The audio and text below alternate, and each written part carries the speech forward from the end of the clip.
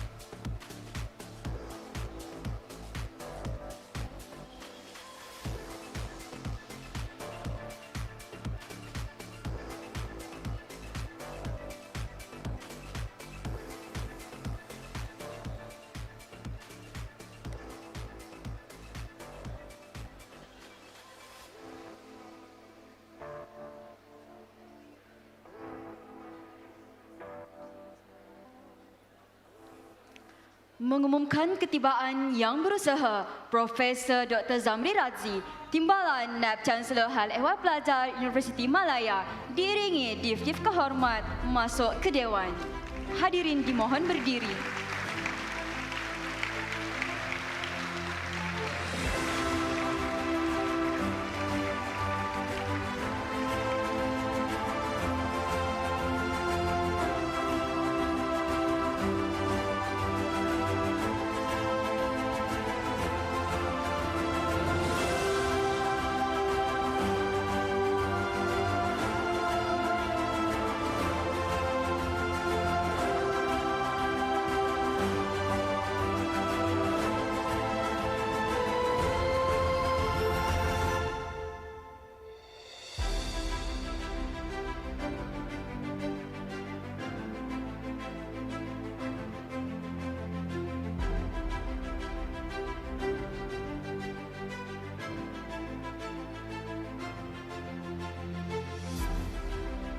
Hadirin dipersilakan duduk.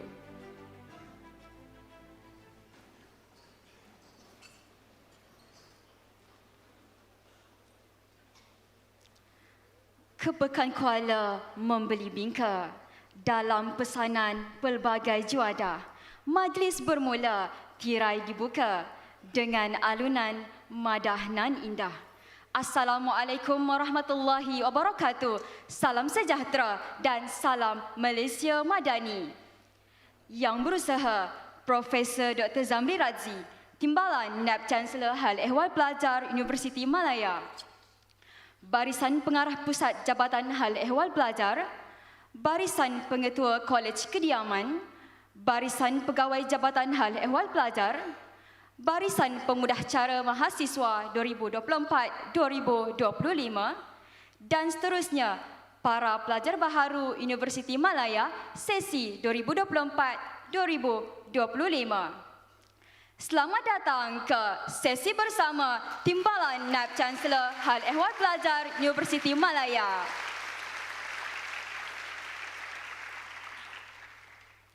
Hadirin sekalian, bagi memberkati majlis kita pada hari ini, kita mulakan dengan bacaan Ummul Kitab Al-Fatihah.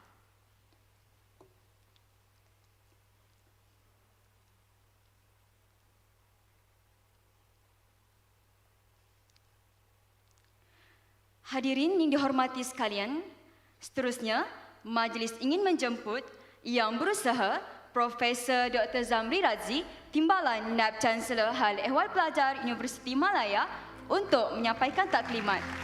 Majlis dengan segala hormatnya mempersilakan. Terima kasih pengerusi majlis.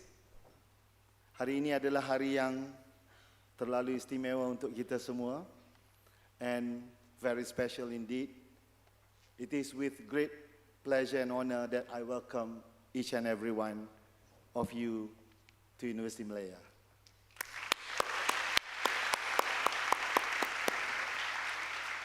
Apa khabar semua? Apa khabar semua? Apa khabar semua? As I stand before you as the 14th Deputy Vice Chancellor of Student Affairs, very proud that today you embark on what will be one of the most transformative journey of your life. Hari ini kita merasa begitu gembira kerana bersama kita, selain dari pemudah cara mahasiswa seluruhnya di Sentral dan juga Kolej Kediaman, bersama kita di auditorium ini dan yang juga berada pada masa ini di Kolej Kediaman. Hadir bersama kita adalah tokoh-tokoh Universiti Malaya yang ada di depan ini.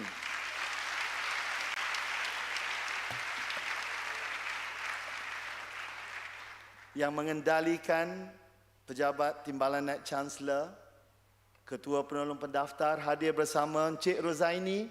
Encik Rozaini.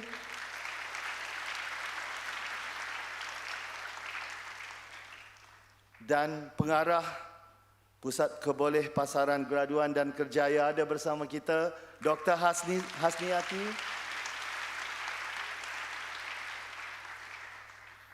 Juga pengarah untuk Pusat Perkembangan, Dr. Syakirin, Prof. Syakirin, silakan. Dan yang menjadi ayahanda kepada semua puteri mahasiswa di kolej masing-masing juga ada bersama kita pada hari ini. Dari Kolej Kediaman Pertama, dipersilakan Dr. Muhammad Istajib Mokhtar. Mana First College? Yes.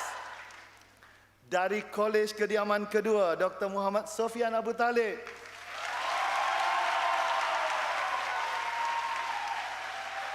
Mana Second College? Dari Kolej Kediaman Ketiga, Profesor Madya Dr. Roshidah Hassan.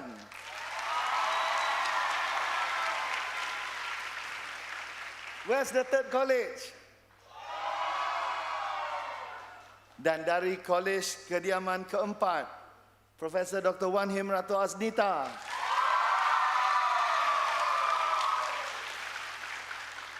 Obvious, the first college, the fourth college, ya. Dari Kolej Kediaman Kelima, walaupun tidak ada di sini, kerana kolej tersebut adalah kolej untuk asasi sains, ya. Beliau mewakili universiti untuk acara pada pagi ini. Untuk Kolej Kediaman ke-6, Profesor Dr. Muhammad Adib, ya. Kolej Kediaman ke-6 adalah Kolej Ibn Sina yang mana menempatkan pelajar klinikal, dan sebentar lagi anda akan berjumpa dengan pengetua Kolej ke-6. Untuk Kolej Kediaman ke-7,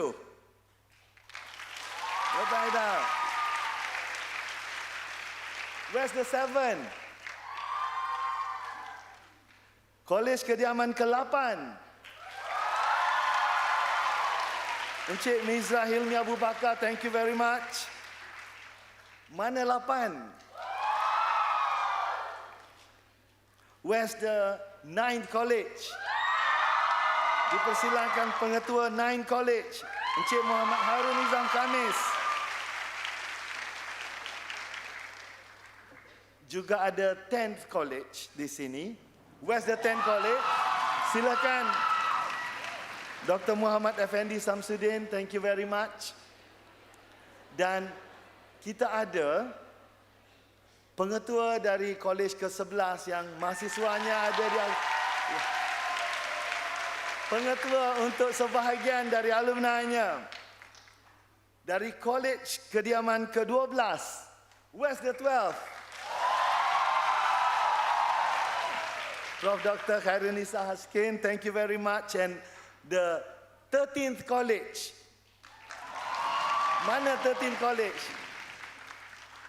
Encik Muhammad Faiz Yusof. Kita juga ada pengetua dari IH. Silakan, Puan Asmila.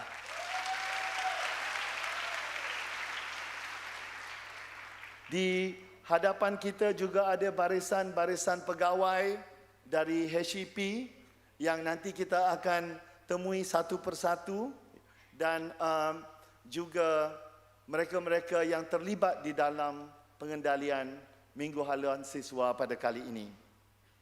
Jadi pada hari ini kita ingin memperkenalkan bahagian hal ehwal pelajar yang mana dari amanah yang telah diberikan kepada Universiti Malaya, putera-puteri mahasiswa yang ada di sini pada hari ini adalah di dalam jagaan Universiti Malaya.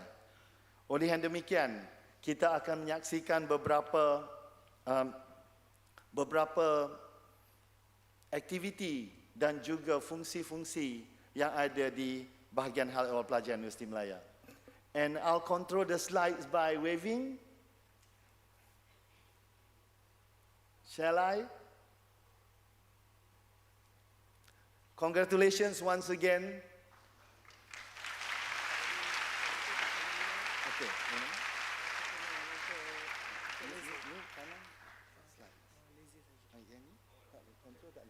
Okay. All right. Okay. So we have a deal, yeah. If I wave, Then next slide. Shall we? Oh, okay. So there. Okay.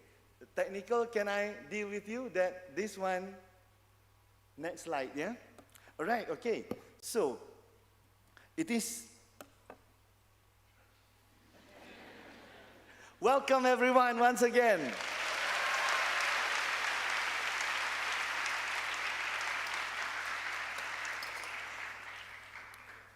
Sepanjang beberapa hari ini, kita telah melalui proses pendaftaran, and I believe that proses pendaftaran yang mana kita lalui selama 2 hari ini adalah berjalan dengan lancar, and something that we'll remember, and also the time that we both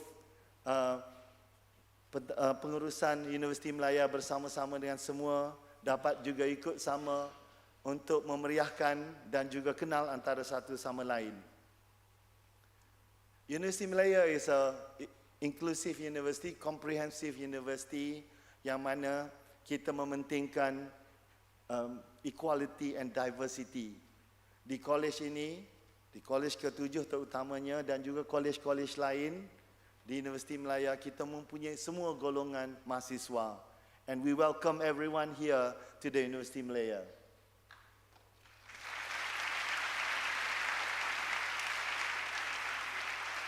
Foto-foto ini telah dikongsikan bersama Datuk Seri Naib Chancellor, and Datuk Seri Naib Chancellor particularly mentioned this, that Universiti Malaya is the home of the bride, land of the brave.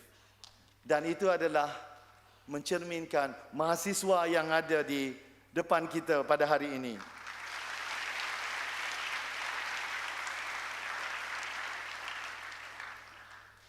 So ini adalah barisan pengurusan tertinggi Universiti Malaya. Dari dulu sehingga kini, universiti kita ditadbir oleh Naib Chancellor yang dibantu oleh 4 timbalan Naib Chancellor. Satunya adalah timbalan Naib Chancellor Akademik yang akan bersama kita sebentar lagi, dan juga timbalan Naib Chancellor Research and Innovation, Prof. Kaha, yang turut sama menyambut kita semua pada hari pertama dan kedua, dan juga timbalan Naib Chancellor Pembangunan yang juga ada bersama kita, pendaftar universiti, financial controller, and all the team of the pengurusan. Ini adalah nilai yang di-embrace oleh Universiti Malaya.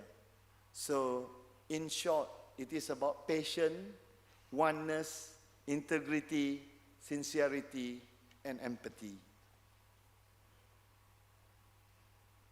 The Office of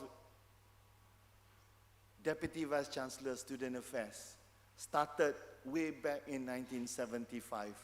We have a long history, and here are the previous Deputy Vice Chancellors. Bermula dari yang pertama, Profesor Awan Haq Saleh, yang telah pun tidak bersama kita sekarang ini, telah kembali ke rahmatullah. Tetapi mereka inilah yang telah memulakan sejarah-sejarah mahasiswa bersama mahasiswa di Universiti Malaya. Untuk mereka kita ucapkan berbanyak terima kasih.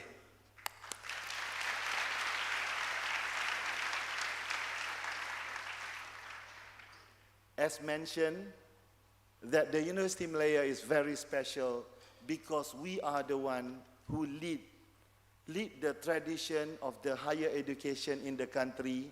Dari sinilah bermula Statute Universiti Malaya yang kemudiannya menjadi AUKU pada tahun 1975 dan repeal just recently. Yeah? So that was about the background of aktiviti mahasiswa di negara kita. Ini adalah logo-logo kesayangan kolej-kolej kediaman. Sengaja kita letakkan. And we are very proud of this. Dan ini adalah mereka-mereka yang kita banyak terhutang budi kepadanya, yang kita tadi sebutkan satu persatu. Menjalankan fungsi untuk pejabat timbalan Naib Chancellor Pelajar adalah Encik Rozaini.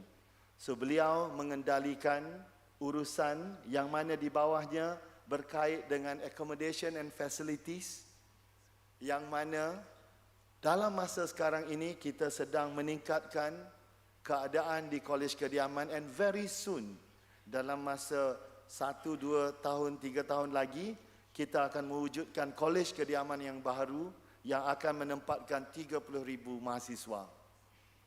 And by next year, April, semua kemudahan sukan di kolej-kolej kediaman akan dinaik taraf dan siap sepenuhnya. Dan kita pastikan semua kemudahan yang ada di Universiti Malaya, kemudahan sukan untuk mahasiswanya tidak dikenakan sebarang bayaran.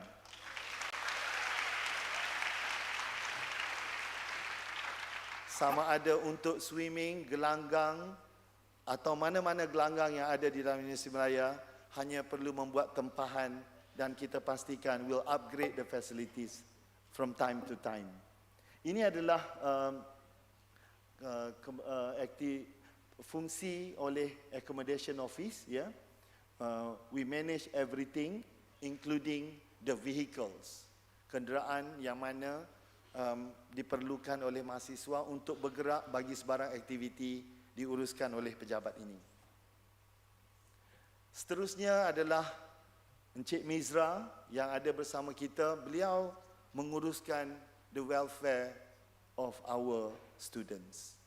Sekiranya terdapat kesulitan sepanjang mengikuti pengajian di Universiti Malaya, maklumkan kepada pejabat HCP, maklumkan kepada Encik Mizra.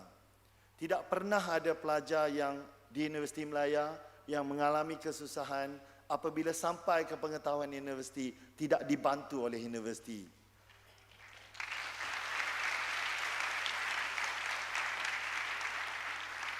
We want to ensure that every aspect, be it the health and welfare, being taken care by our office. Baru-baru ini ada juga pelajar kita yang terkandas semasa mengikuti pelatihan internship di luar negara yang telah pun dibawa pulang ke Malaysia dengan bantuan daripada Ustaz Mizra untuk dengan juga kedutaan di luar negara untuk memastikan pelajar sampai ke Malaysia dengan segera. So we do all sorts of things.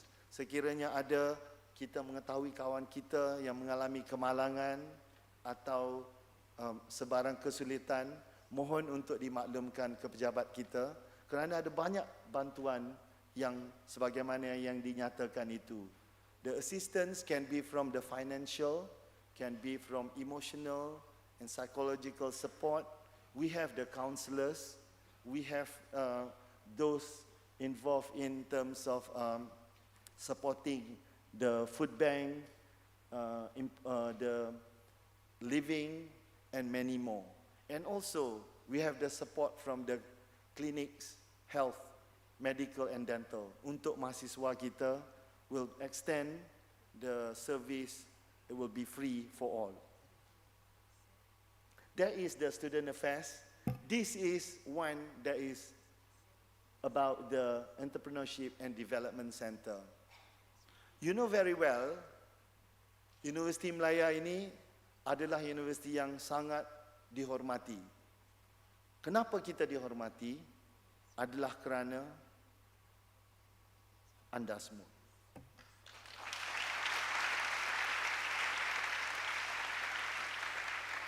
Kita dihormati kerana mereka di luar sana tahu bahawa yang masuk ke Universiti Malaya ini adalah tergolong di dalam mereka yang mencapai merit tertinggi, yang bertarung di kalangan mereka-mereka yang hebat. Dan dari sekumpulan yang hebat itu, dipilih yang lebih hebat. Dan mereka itu berada di sini untuk meneruskan tradisi senior-senior yang sebelumnya. So, the excellence, the tradition of excellence Universiti Malaya tidak dapat diteruskan tanpa mahasiswanya. Putera-puteri yang ada di sinilah yang meneruskan tradisi itu. You are supported by a team of academic staff, yang mana kalau kita lihat dari carta Stanford of higher citations of the academicians, we have highest number of academic staff at the top, more than the Stanford itself.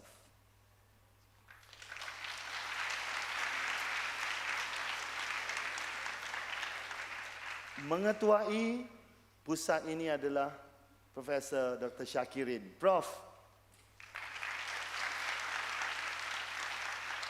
Profesor ini sebelumnya dulu adalah pemimpin pelajar dan beliau ingin mahasiswa yang ada di sini juga menjadi seperti beliau dan keinginannya lebih hebat dari beliau. Apa yang dilakukan oleh pejabat Prof. Syakirin? Di sinilah beliau melihat, memerhati, melonjakkan setiap pelajar yang kemudiannya dapat kita lonjakkan menjadi pemimpin. Dan dari situ kita kumpulkan untuk setiap kategori yang dapat menjadi wakil kepada Universiti Malaya. Universiti Malaya berhasrat untuk menghantar wakil-wakil Universiti Malaya di dalam setiap pertandingan, sama ada di peringkat dalam negara atau luar negara. We want every one of you to represent UM. Therefore, there is a plan for it. And Prof. Shah is planning for that. Selain dari mewakili Universiti Malaya, sebagaimana yang semua dengar mungkin dari berita, bahawa universiti kita, mahasiswanya setiap kali mewakili Universiti Malaya, most of the time became champion.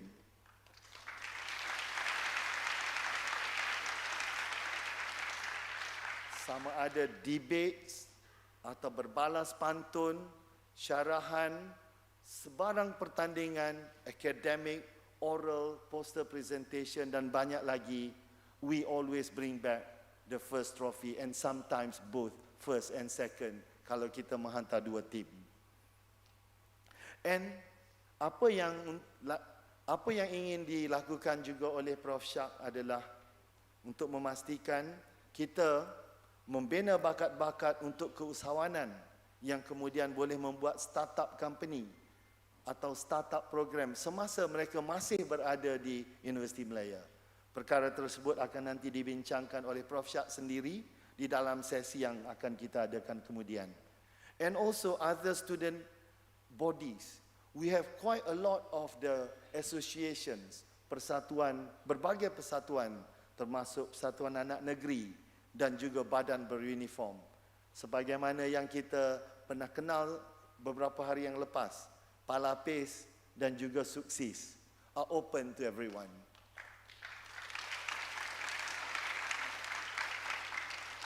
Dan juga aktiviti kesukarelawan. Kita menghantar banyak mahasiswa kita ke negara luar dan mereka ini telah menyumbang idea bakti untuk masyarakat sejagat. Seterusnya adalah aktiviti yang kita kongsikan, festival seni.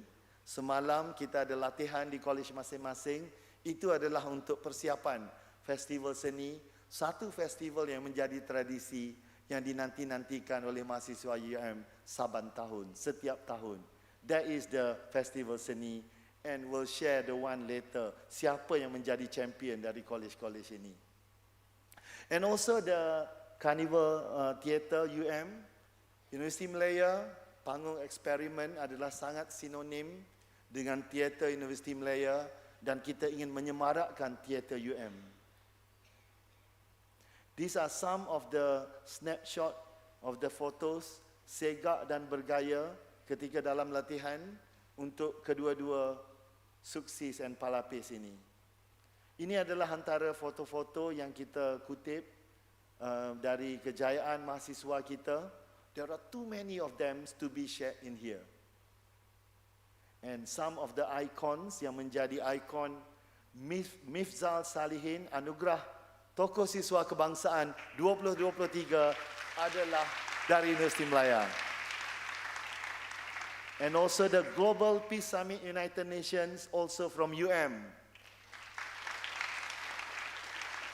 And the Best Cooperation Award 2023, also from UM. Anugerah Perdana Belia Negara 2024, also from UM. Di depan kita ada Dr. Hasniati dari Graduate Employability and Career Center.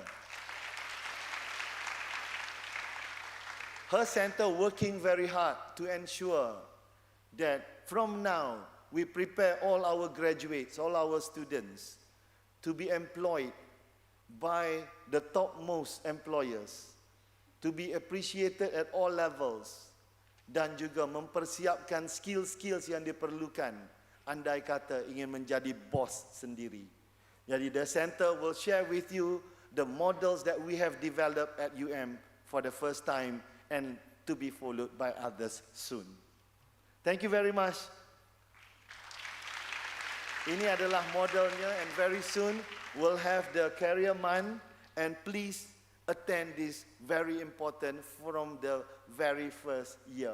Very important for us to plan ahead. Ini adalah job fest juga, dan kita juga mempunyai job on campus terbuka untuk semua mahasiswa yang ada di sini.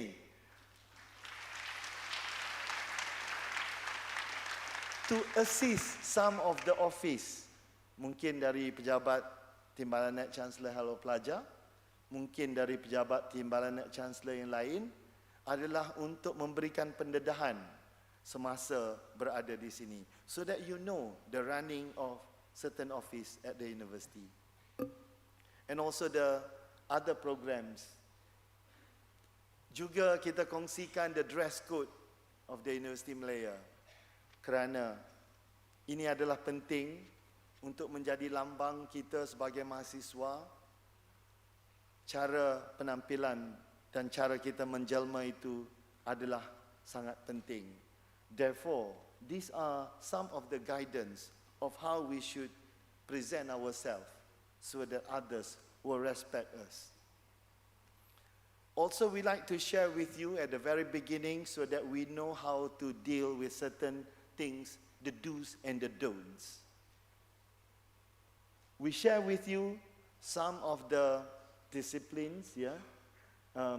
We, as much as possible, would like to avoid any of these from happening. So these are some of the lists that we do not want to happen at the university, and we can work together for this. This is just to flash, and those are the things that we want to share with you. But today, we know very well that that is only for us to share, and we'll be seeing this at all. Very important, if you look at the books written by others, it has written something like this. University Malaya has produced more than 200,000 alumni. The top alumni leading from this office, yeah? Leading the country in various sectors, as an academic, sociologist, as ambassadors, diplomats, and we have now 6 out of 9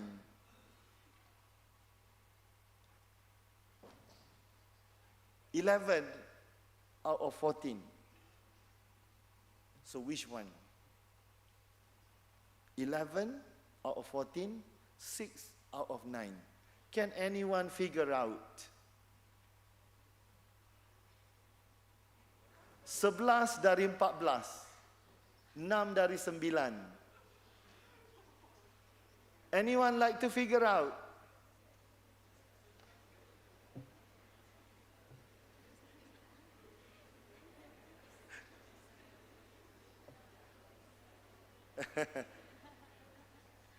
Can we have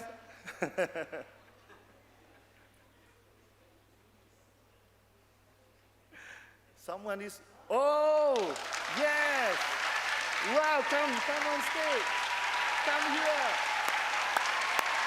Wow. Hey. Come, please. Yes. Go ahead. Thanks, Prof. Zamri. The answer to your question, which is bigger, 11 out of 14 or 6 out of 9, the answer is 11 out of 14 is greater. Is that correct? Yes, of course. Whoa. Thank you. Thank you very much. Shall we give a big round of applause to Ace? Thank you. Ladies and gentlemen, Putra Putri Mahasiswa UM, we are very proud that here today, at this very hall, we have someone together with us, very special. Very special, and they are with us because we are special. Bersama kita juga adalah Is Ismail yang akan meneruskan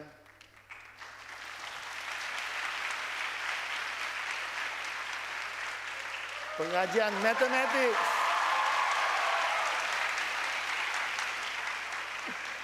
Pengajian matematik beliau bersama dengan kita. Dan harapan beliau, harapan ibu bapa, semoga beliau menjadi teman kepada semua yang ada di Dewan ini. And we are of the same batch, yeah? Same batch, the class of 2024. So class of 2024. These are some more alumni, the proud of alumni of ours that we share with you. Some leading the Bank Negara, some leading the Court of Justice Malaysia, some leading the Royal Malaysia Police, some leading the country as ministers, as deputy prime ministers, and as prime ministers.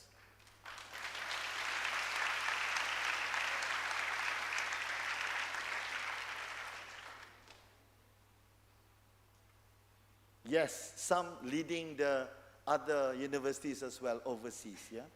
And these are the awards received by our alumni at the very special alumni dinner just recently. And also this is about the alumni night that we are going, this is the event that I mentioned just now. A quick one, I was given 5 minutes, only 5 minutes more to finish off 100 slides. So some meant to be flashed and not meant to be discussed. This is something that we need to discover about UM. If you look at the first book, it has a story about our university. Our university has a long history, and we should, every one of us should know the details of our history. The next one is the book about the university library. The university library is the oldest university library in the country and the region. This is the library that has lots of manuscripts that only other Leiden or maybe Oxford and Cambridge has beside us. So we have a collection, huge collection of that manuscripts, and we have collections, special collections of Unku Aziz and Zabba, and you need to explore that more. Next to it is my own collection. My own collection, this is something that I treasure most. A lot more, very expensive now. Some I have to spend thousands to buy each of them. Those are the books published by which one? Which publishing house? Any guess? Yes, UM.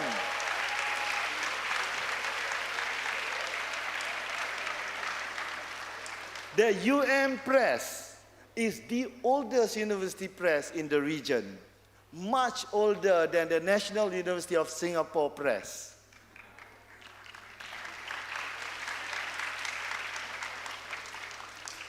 So these are another treasure of ours. The Museum Seni Asia, the collection is more than 7,000 collections of the precious, a piece of precious porcelains and many more. So this is something that you need to visit, yeah? The Museum Seni Asia, the Malay Ethnographic Museum, and Rimba Ilmu some more is something, the largest botanical garden in the region. So you need to visit the flora and fauna, and it has been documented in one special book by Professor Yo Hong Sai from UM. This is the book, and this is the entrance of the Rimba Ilmu. The varsity lake is something that we need to plan together. That's me, and shall we plan with the class of 2024 in stages that we have canoe at the varsity lake? Shall we? Yes. Thank you very much, everyone. I was given 5 minutes, now only 3 minutes left. Only 2 minutes left. I would like to share with you, this is a book written by the former, not written, but diselenggarakan. Diselenggarakan apa ya? In English? Yeah, edited, yeah? It may be edited, yeah? By the former Deputy Vice Chancellor of Student Affairs, and also later became the Vice Chancellor of UM, Professor Hashim Yaakob. In this, dikumpulkan puisi-puisi dari academic staff of UM about our university. And today, I would like to recite one written by him. Dan tajuknya adalah, di sini ada harapan. Di hujung terowong, aku nampak cahaya. Semakin ku hampiri, semakin jadi nyata. Di sini ada intan gemerlapan. Di sini ada permata bercahaya. Di sini ada api menyala. Aku semakin pasti, di sini ada harapan untuk bina wawasan. Cahayanya kilauan. Bercahayalah api, intan dan permata, menerangi gelita dimanapun berada untukmu, mahasiswa Universiti Malaya.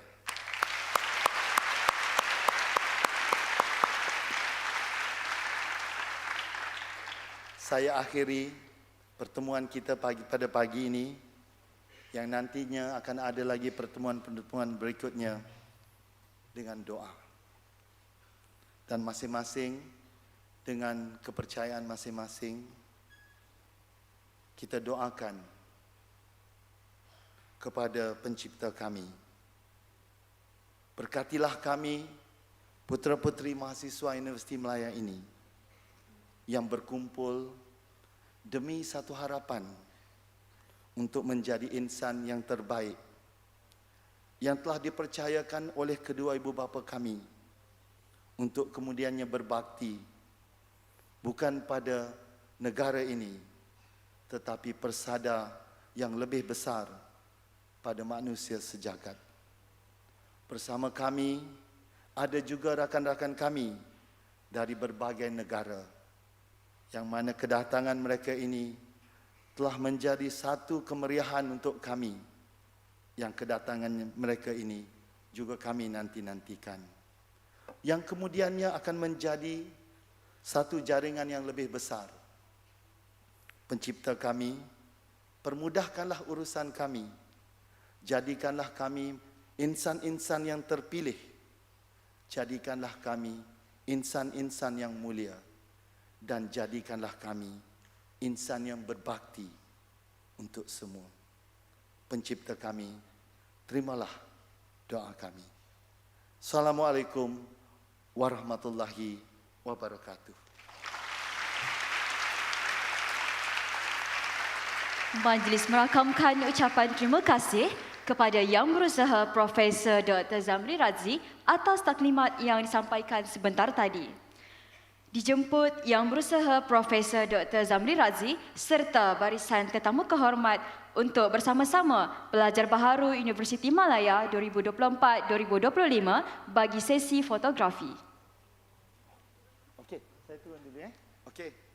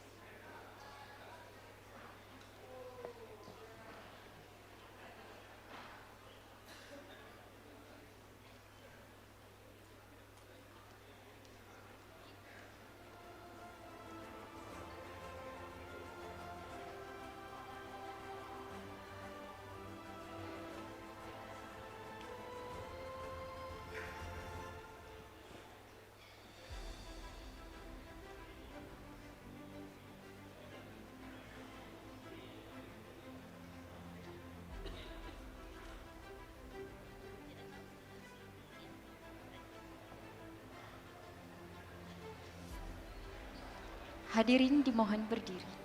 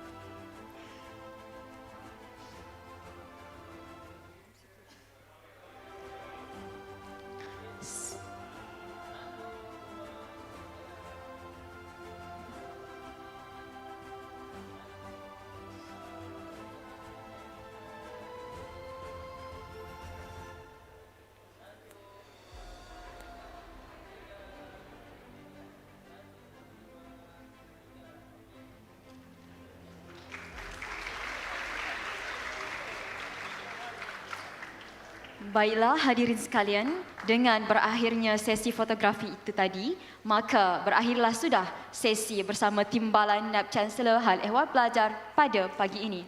Dengan ini, majlis mengumumkan Yang Berusaha Profesor Dr. Zamri Razzi, Timbalan NAB Chancellor Hal Ehwal Pelajar Universiti Malaya dan tetamu kehormat meninggalkan majlis.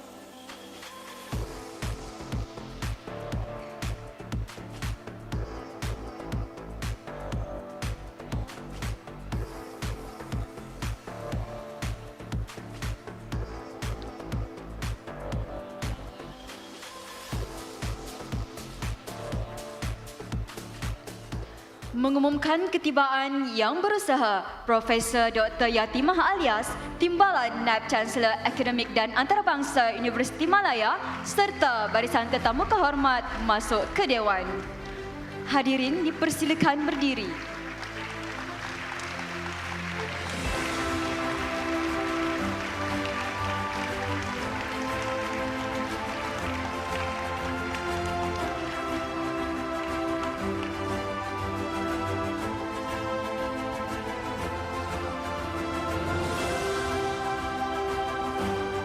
Hadirin dipersilakan duduk.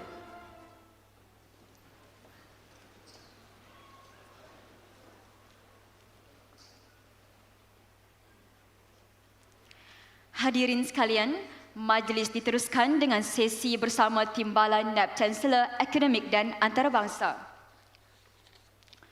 Oleh itu, majlis ingin menjemput Yang Berusaha Profesor Dr. Yatimah alias Timbalan Naib Chancellor Akademik dan Antarabangsa Universiti Malaya untuk menyampaikan taklimat. Majlis dengan segala hormatnya mempersilakan. Bismillahirrahmanirrahim.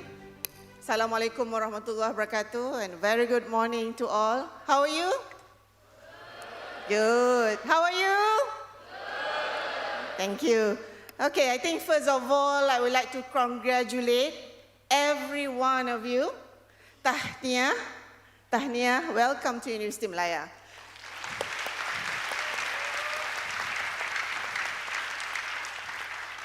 May I know how many of our international students here? Can you raise your hand?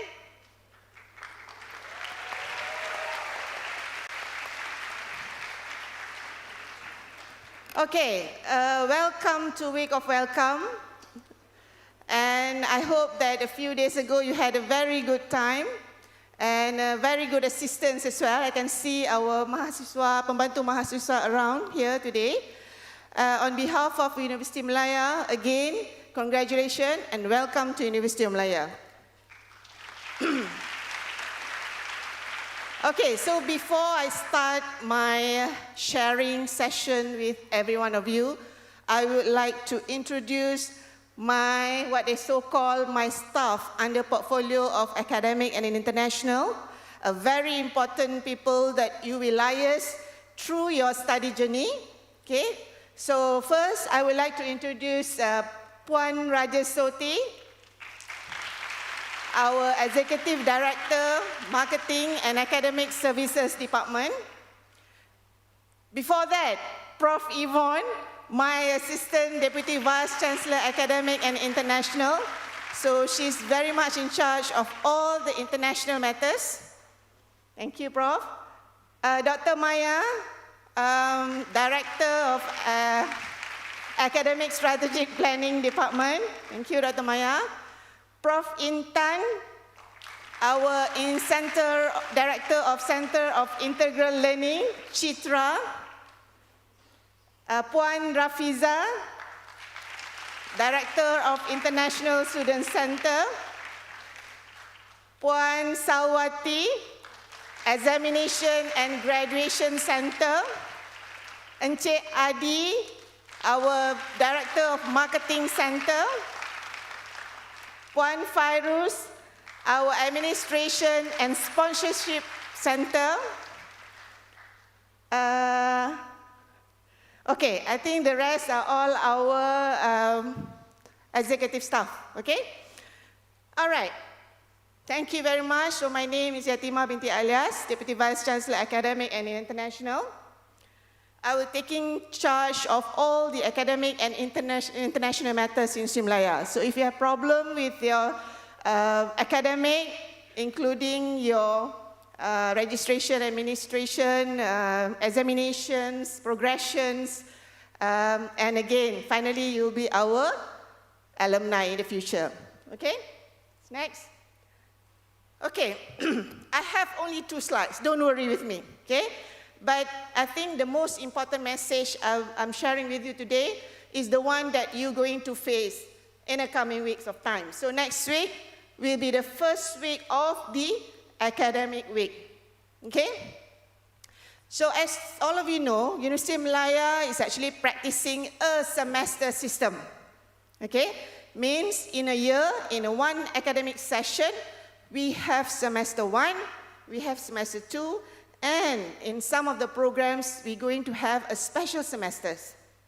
So in a year, basically the 2 main semesters plus 1 special semesters. So along your study journey, okay, in our academic curriculum, you can see that, your faculty will give you more information on the academic journey.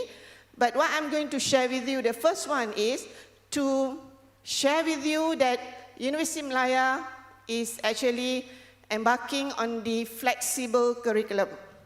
What does it mean by flexible curriculum? Okay? In your curriculum, we have 3 categories of courses. One is called university courses. Second is called a core courses, it's a program core courses. And the third one is actually on elective courses. So we have been introduced flexible curriculum since last 2 years. Okay? What does it mean with flexible curriculum? Every one of you will be offering elective courses. It can be your own major discipline, or it can be interdiscipline elective courses. Okay? It means that if you are doing, for example, Bachelor of Science in Chemistry, in elective courses category, you can take economic package. Okay? So by taking at least minimum of 18 credits, you will be conferred as elective courses under economic package. Okay? So it will appear in your academic transcript. So every one of you is encouraged to have these cross-discipline elective packages. So is offering more than 36, what they call it, minor package from all over disciplines. So every one of you being encouraged to take these minor packages. On top of that, is also offering a double degree program or dual degree program. Okay? So this is what we call it a collaborative program with other institutions. If you are interested to pursue in double degree or dual program, you can ask your academic advisor at faculty, then we can look into that opportunity. We do encourage students to go for more interdisciplinary program. On top of that, you are also encouraged to go for our mobility program, which we call it exchange program. So every one of you, we do encourage for you to have this mobility experience through your study journey. Okay? So if you are interested to go for our mobility programs, so you can meet Puan Rafiza, our International Student Center, then you can apply for this mobility program. does support some financial assistance for this mobility program. Okay? So I believe that some of you might be interested to go to Korea, for example. Berapa orang suka? Tak ada suka pergi Korea. Okay, so we have a list of mobility programs that our students can spend time abroad, either a short-term mobility program or a long-term mobility program. Okay? The other things that I would like to also emphasize on the curriculum is that just to make sure that every one of you, if you are really want to excel in your study journey, make sure you concentrate on your academic program. At the same time, actively involved in co-curriculum. I believe that our previous Deputy Vice Chancellor, Student Affairs, has actually shared with you some of the co-curriculum activities. On top of that, Universiti Malaya is also offering other elective courses. For example, we call it SHE, the Student Holistic Empowerment Courses. This is UMDNA program that every one of you will take these she courses. In short, she, bukan we bias with she, but we don't bias with he, but then that's the short abbreviation for these student holistic empowerment courses. I will share with you later. Okay, that is about flexible curriculum. Okay, the second thing is, oh, before that, I forgot. Okay, we are also making sure that our project, every one of you will go through this final year project in your third or fourth year of the program, that we would like our final year project to align with Sustainable Development Goal, which is, we call it SDGs, okay? So these particular projects, the faculty will have more discussion. What are the topic of interest that the students would like to do for their final year project? And then the second that I would like to share with you is about enhanced teaching and learning deliveries. As all of you know, that UM has actually embarked on modern technology of teaching and learning, okay? We are doing quite a flexible teaching and learning where we can do online and also physical learning, okay?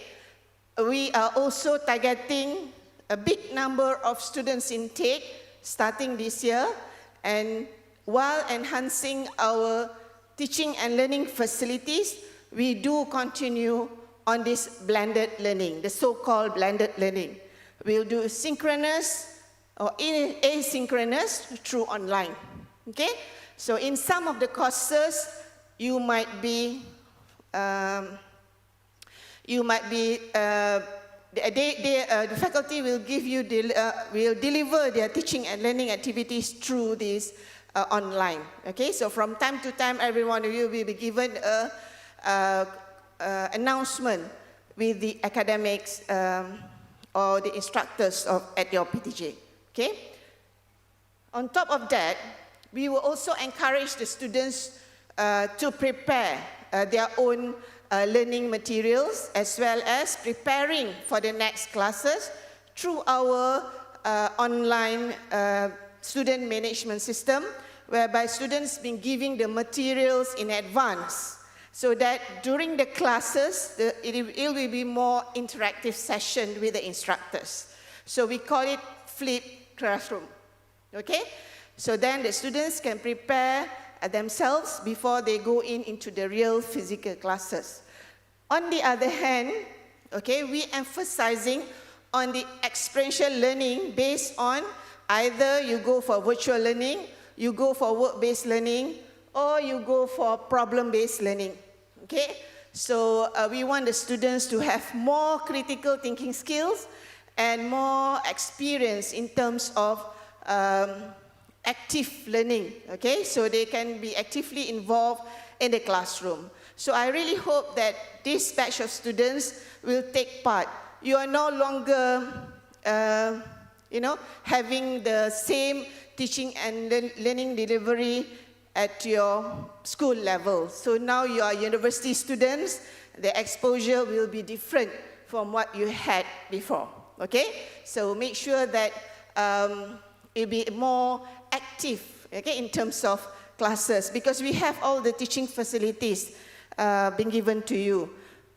Okay, at the same time, I would also like to share with you that Universiti Malaya has the Teaching and Learning Innovation Division's YouTube channel.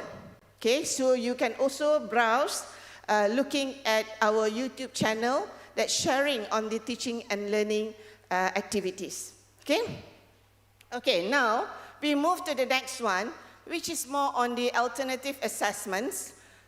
Since COVID, we have actually practiced a few new innovative assessments, okay? We want the students to have more critical mindset.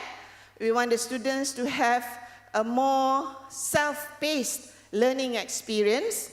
We want the students to look for more information. I know that all of you can use ChatGPT, but make sure you use wisely on ChatGPT.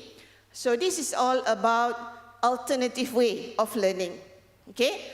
So what we have actually started introducing is on the open book assessment. Okay?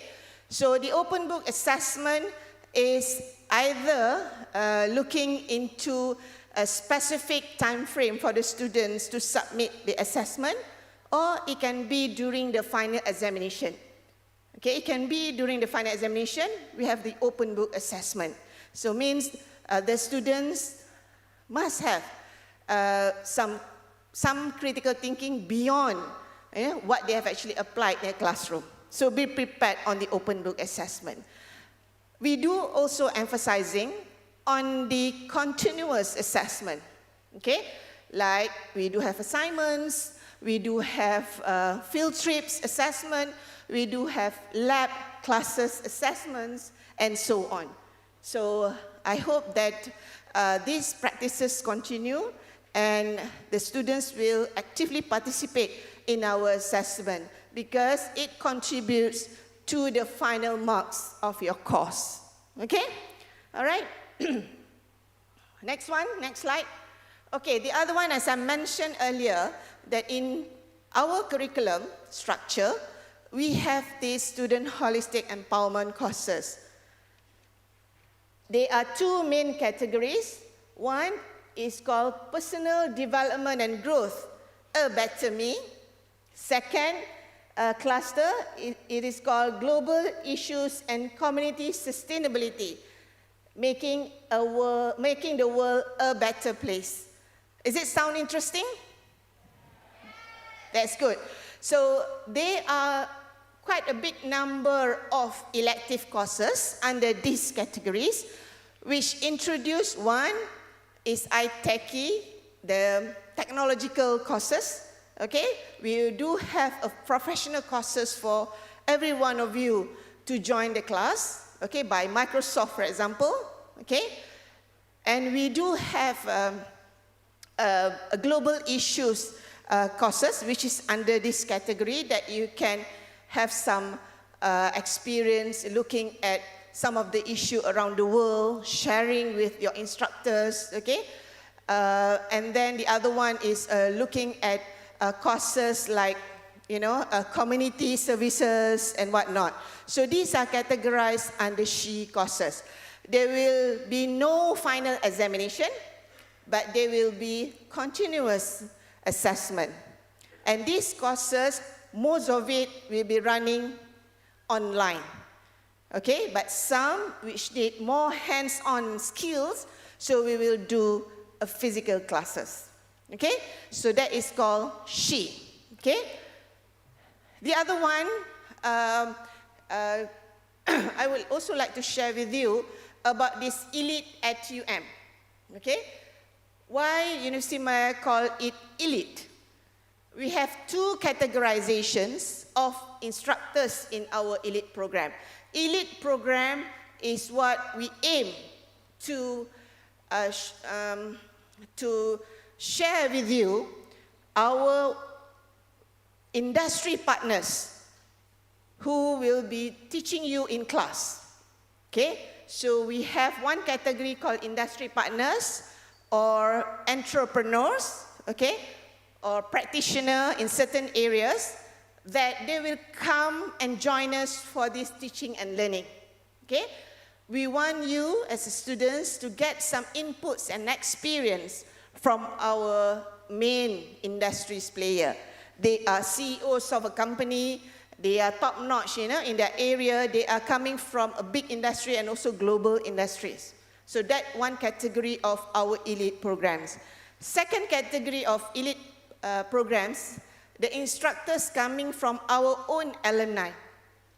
Okay, UM has, at least 6 out of 10, our prime ministers are actually our alumni. So we have our alumni who wants to come and give back to our students. So our alumni coming from various fields, and we do invite them to be part of the teaching and learning instructors. Okay? So if you have anything to ask or anything that you want them to share with you, you can request to your program coordinator. Okay? But what UMS practices is that at least 15 to 30% of the teaching and learning delivery will be conducted by people called elite. Okay? All right, so this is one of the advantage that the students can be exposed and learn from others, not only from our academic staff, but also from people outside who practice your areas of study. Okay? Finally, just to share with you, this is a very important technology assisted platform that can give all and every one of you experience. UM has own student portal. What they call? Okay. One is Maya. Thank you very much. Second is Spectrum. Maya is student management portal. Okay, where you manage your own student system. Okay, involving application, registration, progression, okay, looking at your own academic progress, status, your financial status, make sure you pay the tuition fee, okay? And then everything is done under Maya, okay? This is student management system. The other one is student learning system. Student learning system, we call it Spectrum, okay? We have Spectrum, we have Spectrum Exam, we have Spectrum AODL, it's all under Moodle app. Moodle app, it means you can access anywhere, everywhere. Okay, so means every one of you will be given an access to Spectrum, where you can get your learning materials, where you can have an interactive session with your academics or instructors, okay? And where they're also going to have this assessment through our Spectrum. So very important. So make sure every day you open Maya and you open Spectrum, okay? As a student, this is a very important platform, okay, for you to use and to be active involved in this, because you need to check your status, especially, you know, make sure that you have actually done your registration, and you can check your timetable. Everything is in Maya portal. So in Maya portal, you can browse through every item, especially one, rules and regulation. Okay? Make sure as UM student, every one of you is bound with our rules and regulation. Okay? So please check, because rules and regulation, it is very important for you to know what you can do and what you cannot do, or what you need to be emphasized on, okay, during your study journey. Because you'll be facing a late registration, for example, you'll be facing issues related to your examination. So that's a guide for every one of you, okay? If you don't understand, if you are not sure about something on the rules and regulation, you can always chat with us, okay? And discuss more about your situation. Secondly, there are some guidelines that being put in our UMSITS guideline. UMSITS, the Student Information, the Maya portal. So in Student UMSITS, there are quite a number of guidelines that you can read through and understand, because that will give you more information, okay?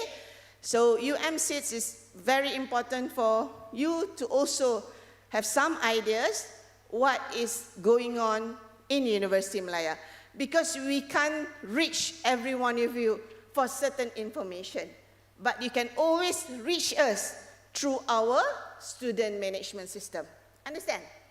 Okay? I think you're all technological savvy and you very much use your smartphone. Everyone, you have smartphone, isn't it? Okay, so then it's all through your fingertips to get information.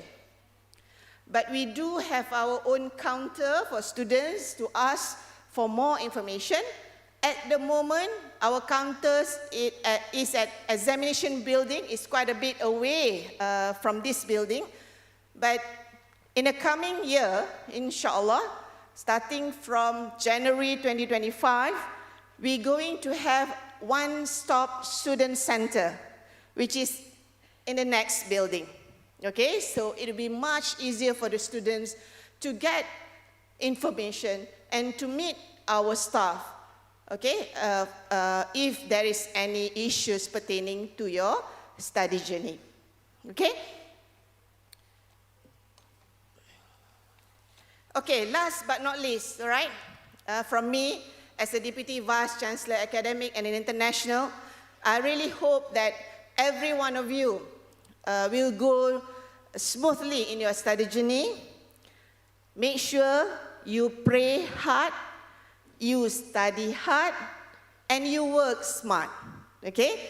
As University Malaya students, I want all of you and every one of you will achieve a Dean's List every semester.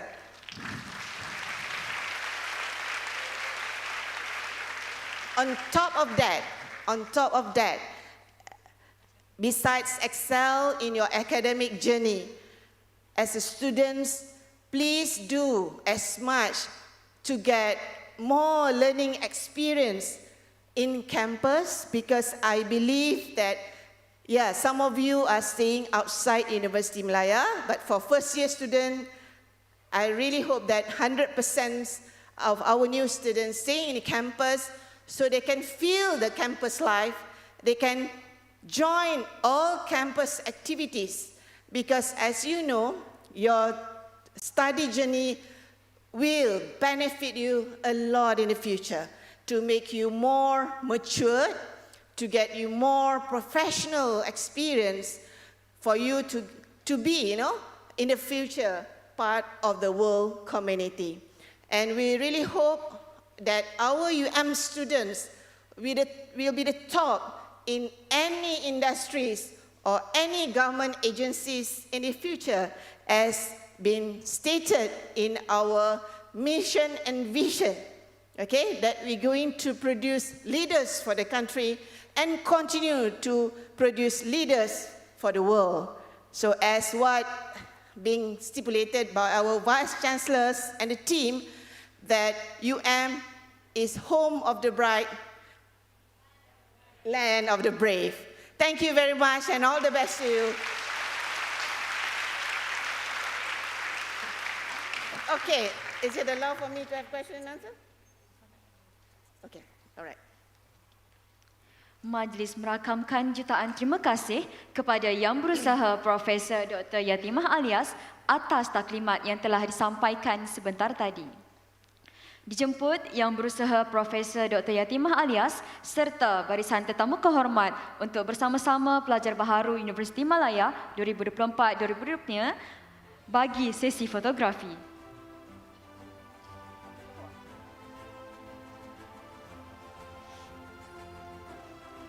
Hadirin dipersilakan berdiri.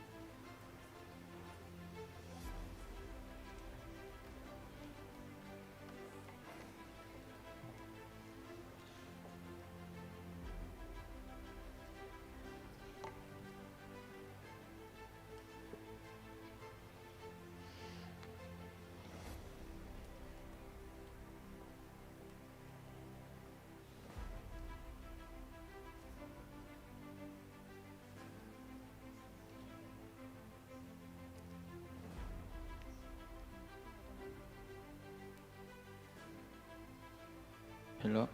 Okay, ready. 1, 2, 3. 1, 2, 3. UM is 1. Okay, 1, 2, 3. 1, 2, 3. Alright, thank you. Hadirin yang dihormati sekalian, dengan berakhirnya sesi fotografi itu tadi, maka berakhirlah sesi bersama Timbalan NAB Chancellor Akademik dan Antarabangsa pada pagi ini. Dengan ini, majlis menjemput yang berusaha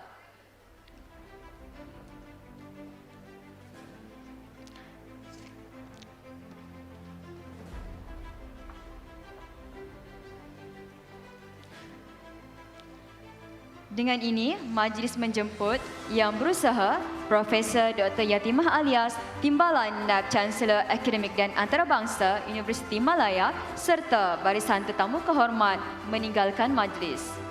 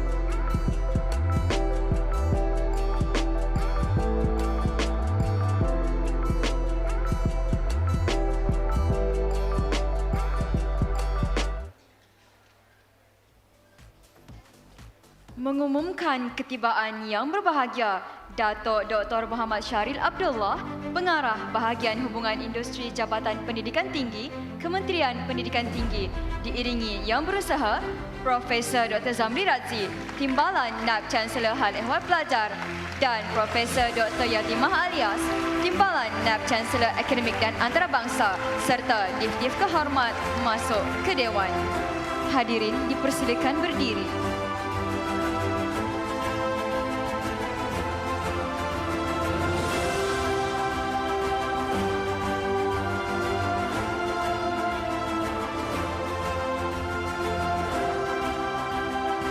Hadirin dipersilakan duduk.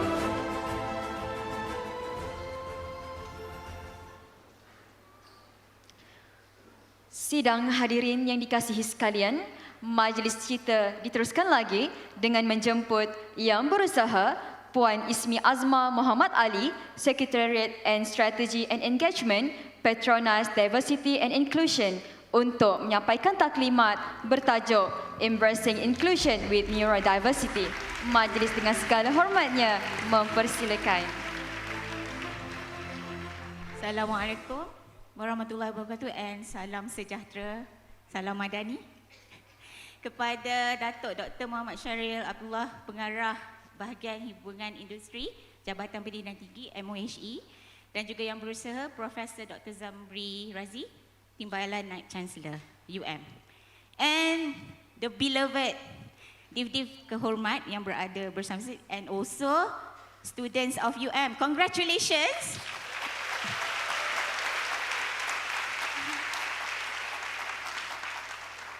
You must be proud, kan? Apa lagi UM, kan? Okay, so thank you so much kepada MOHE together with Petronas in creating awareness of inclusion melalui neurodiversity. And I think I can see everyone here also dah start appreciating differences, diversity, what it means, and I'm very happy and very proud to say UM is already in action and already in the journey forward. Another round of applause to UM and yourself. Okay. Saya ada 30 minit je. Okay, saya ada 30 minit je. Jadi saya harapkan as much that we can share with you what we know about diversity, inclusion, and also neurodiversity. And hopefully, yang pentingnya is not for you to learn as a curriculum here. It's a life-changing learning and sharing that we would like to share with you. Okay, next slide. I nampak macam semua orang duduk. Boleh saya turun tak? Okay. And kalau boleh, top leaders also, if you want to participate, can. Okay. Let's just be, in the moment. Panaskan sikit badan. Tak nak beku-beku pagi ni. Okay. This or that. I think you are very familiar about this kan? Kat TikTok semua apa. Betul tak? Okay. So this or that. So I want to know siapa yang preference dia ke arah mana. I will call it later. You just stand or also raise your hand. Or for the virtual connected with us in the auditorium, you can also raise your hand or do whatever that you can to also be part of this. Okay, the first one. Tea or coffee? Siapa suka tea? And look around you. Don't just angkat tangan je. Wow. Okay, coffee. Oh. Yang atas tu. Oh, yang tiada preference tea or coffee ada tak? Semua orang is quite general kan benda ni Okay, next. Movies with friends or movies at home, Netflix ke, View ke. Okay, movies with friends. Ramai juga yang suka. Yang atas belum lagi. Okay, movies at home. Yay! So now technology has actually make it more accessible, kan? So it doesn't matter. If we don't go out for movies, we can always bring our friends at home, right? Yay! That's the style. Next. Play my musical notes versus listen to my songs. So siapa play instrument? Play my musical notes. You should be proud. Angkat tangan tinggi-tinggi. Wow, can you clap your hands? Listen to my songs, my favorite songs. Siapa? Angkat tangan lah. I pun boleh tahu ni. Okay. Wow, okay. And last but not least, boleh pilih tak? UM student. Siapa UM student kat sini? Atau bekas UM student pun boleh angkat juga? Tak semua angkat tangan? I'm surprised. Siapa kat sini you want a very successful career in your own way? There you go. So, all of us, although we have our preferences, we have differences, kan, in our likings ataupun our hobby ke apa ke, we are always having satu purpose yang sama or a goal yang sama, right? So wherever that we go, that's really key. Yeah? Okay, next. Okay, I don't want to dwell a lot more. This one, I think you all semua dah terror Google ni kan. But I'm going to give you that differences in diversity are many, kan? And be it relational, occupational, physical, cognitive, values, and also the way we are being brought up in our own families, kan? Within the same environment ke apa ke, different environments, actually it shapes us, right? So it's a journey.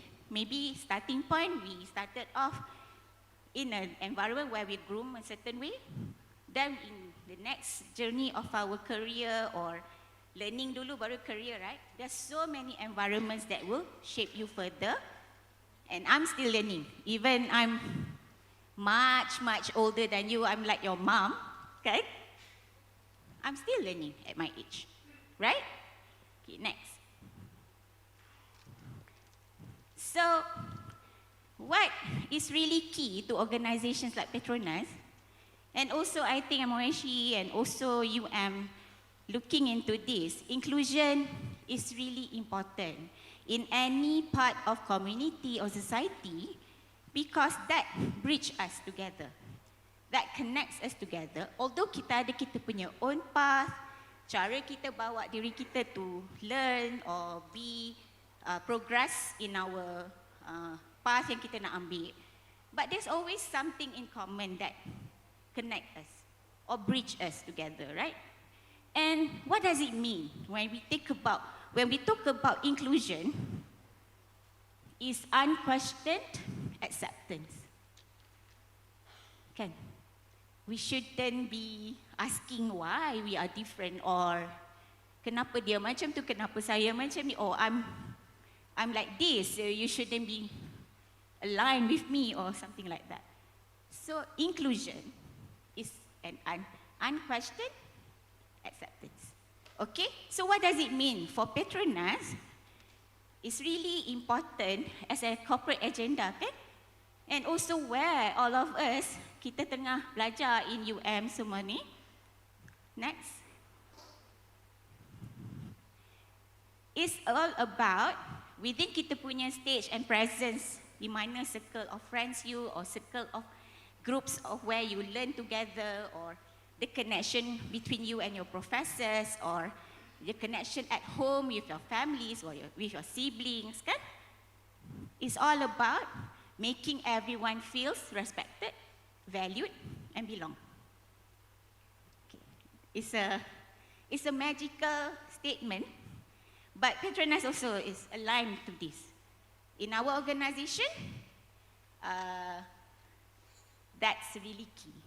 Or else, we can't create a sense of belonging for everyone. We can't really value the diversity that can actually generate creativity, innovations, the convergence of ideas.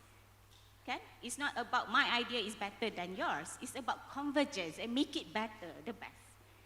And at the end of the day, to ensure that the culture of respect, understanding, that each person is unique, that adds value to one another, really drives towards excellence.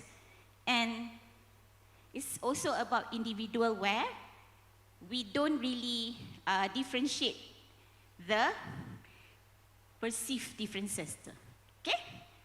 So find ways to connect, find ways to bridge, and it will work for us because it is something that everyone can work towards.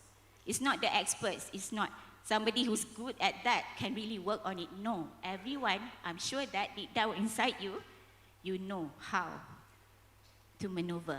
But what we were going to share with you is a little bit deeper today on, next.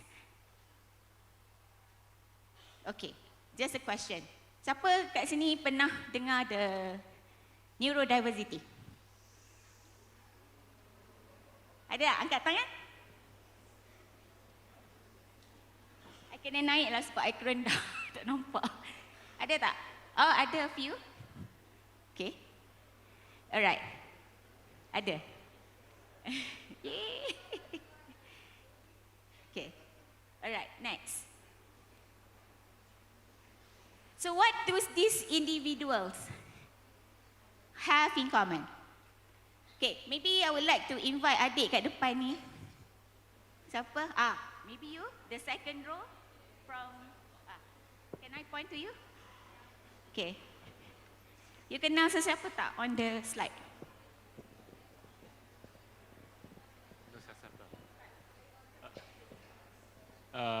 Tim Burton.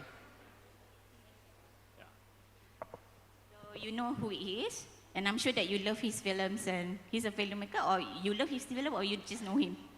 Okay, good. And you can see F1 driver Lewis Hamilton, okay? Yeah. And Simone Biles, siapa kenal Simone Biles? Yeah, she won a lot of Olympic gold medals, right? Sorry, I'm blocking you. I'll shoot. Okay, so at the end of the day, these are neurodivergents. And they are successful neurodivergents. Okay? So before I explain further on what neurodiversity is and what neurodiversity mean in terms of inclusion, so let's have a look at this video.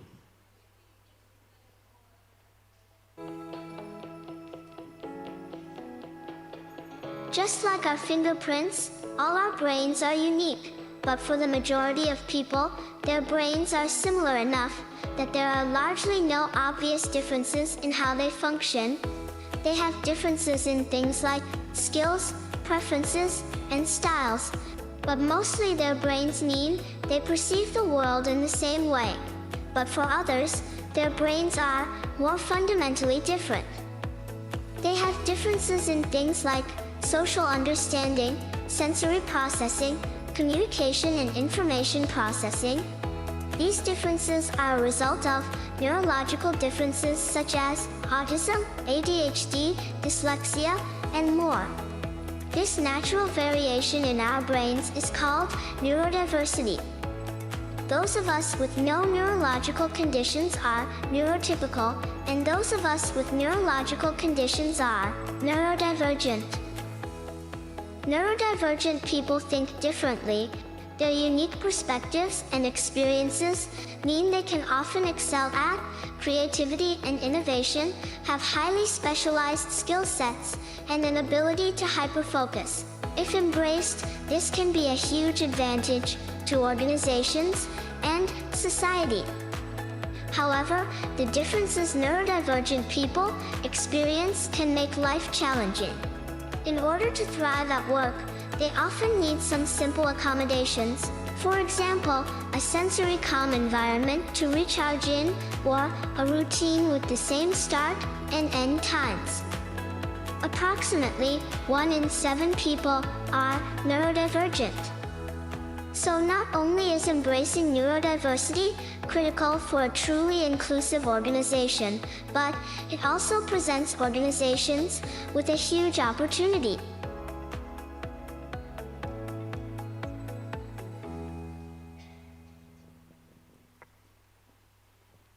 So how can we celebrate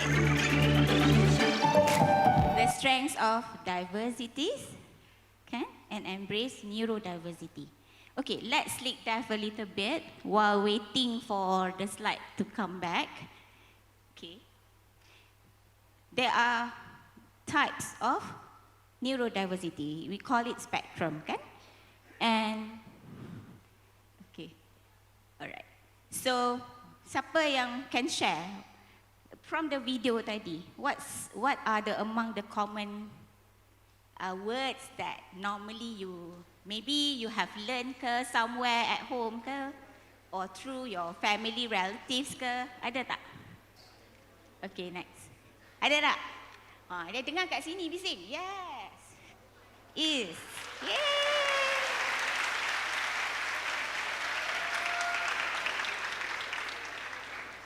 Okay. Salam. Okay, you wanna stand here ke? Okay, so that everyone can see you. Alright. Testing, testing. And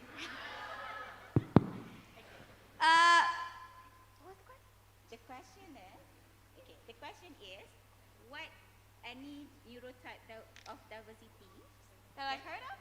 Yeah, that you know. Yeah. I know about dyscalculia and dyslexia. I think I've heard a few people have those. Also, I've also heard of ADHD, pretty common, and also autism. Okay. Nice. Okay, so in view of time, I will not ask you to explain, or else we can go along the way, can Is? Yeah. Right. Okay, thank you so much for your sharing. Okay. Thank you. Okay. So, diversity, neurodiversity spectrums, there's many. Can we go one slide before this? Just to have a view of that. Okay? So you can see here, tadi is ada mention, dyscalculia, dyslexic, ADHD, right? Tourette syndrome. And then learning disability, mental health also is part and parcel of that. So maybe we are not born with it, or maybe in the environment where we are, that we may actually have certain spectrum that can cause as part of that neurodiversity, and also autism. So among these categories, among these spectrums, the most common, like it's about 15% of neurodivergence, mostly ada dyslexia. Okay, my son is one of them. My son ada 3 spektrum. Okay, right? But not necessarily that. It's just about the difference of there's no 2 brains is the same. So it's not all about neurodivergent sahaja. When we step back a bit, there's no 2 brains are the same. Betul tak? Kan? The way we think, the way we perceive, because environment also give us that conditioning and the information and the benefits that we learn from our professors, from our teachers before, and also in the future career line when you're going to work more with people, diverse people. So to organizations, we feel that neurodivergent have their strong inherent traits, okay, and also absolute authenticity. They speak very transparent, they cakap very honest, and also they can make the world better, the same as other diversities of people, right? Okay, but today we are zooming a lot more on neurodiversity because it's a new thing. It's a new thing, it's a new landscape where we're gonna check. So we're gonna focus a lot more on how we could harness diversity so that we can churn that creativity, innovative solutions, results that are driven together. And then we can shape our leaders as well to be better understanding, to lead a team that is have that dynamics, kan? And also an ecosystem. Ecosystem ni macam system atau bukan sistem yang teknologi tu, but it's also the way we work, kan? That can actually cut across, kan, businesses, so that it helps kita to move beyond kita punya boundary, kan? And also at the end of the day, it's also about socially responsible and how we can play that role together. Next. So can you just flip it all so that the slide can, keluar semua. So common approaches to improve inclusion. These are just basic things that you can double check, recheck on yourself. Kan? Assumption kita, maybe kita boleh pick one lah. Everyone knows the unspoken expectation. But perhaps, as Blissy says, unspoken expectations, we need to be clear or concise sometimes.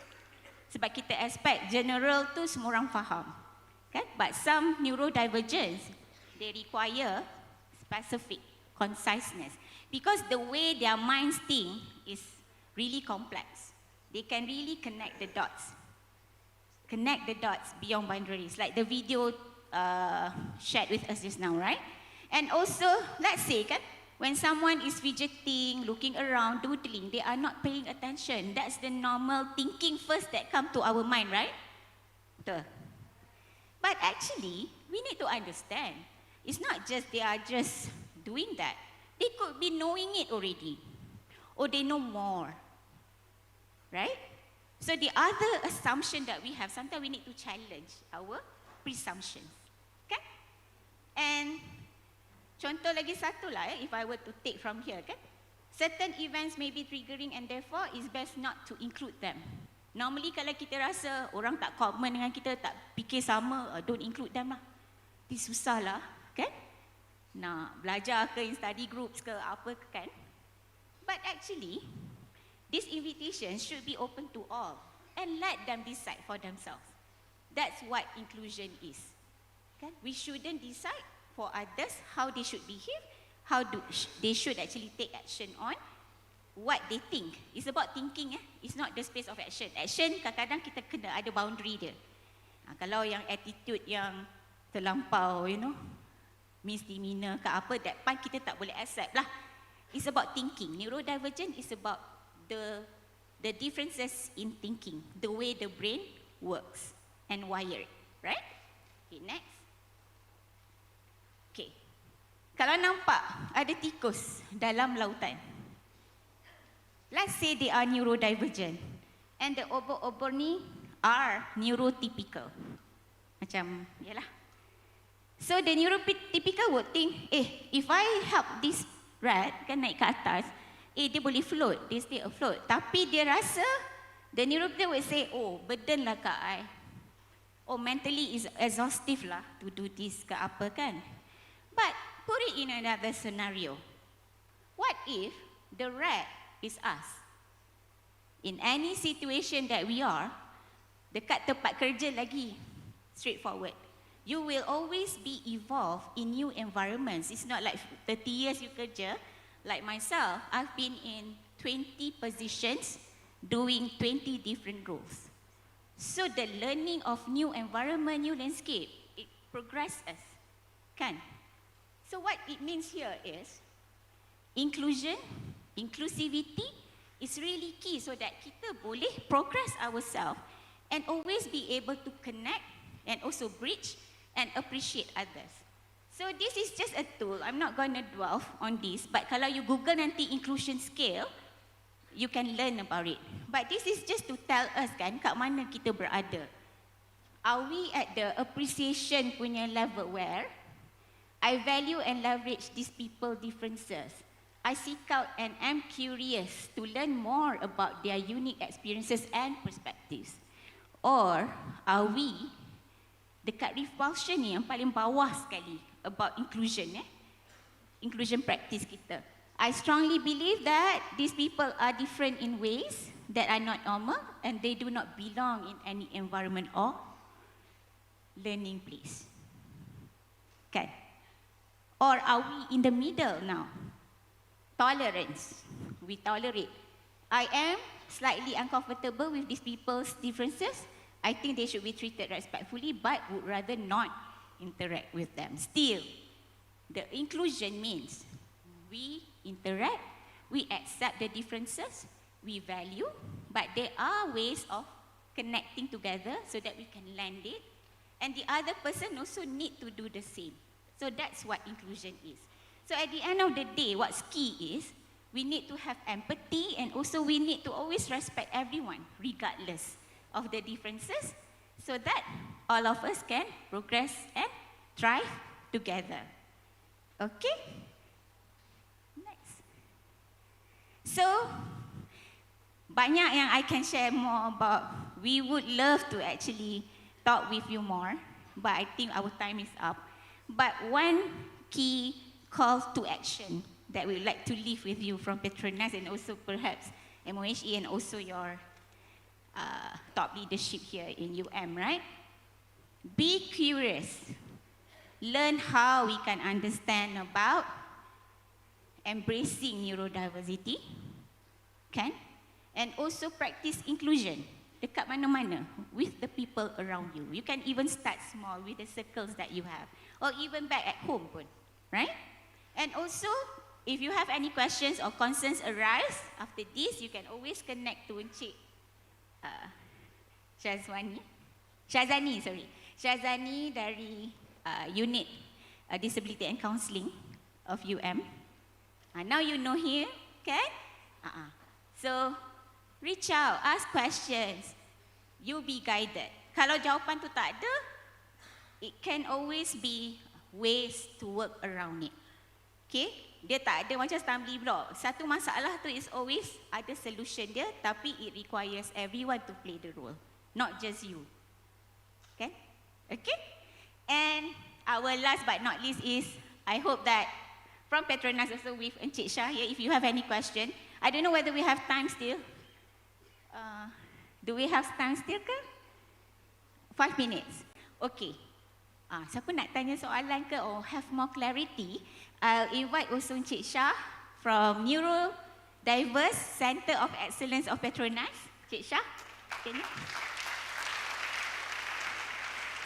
To join us, to accept any questions from you. Ada apa-apa tak nak tanya soalan ke? Ke semua dah okey? Ada soalan? Okay, yes.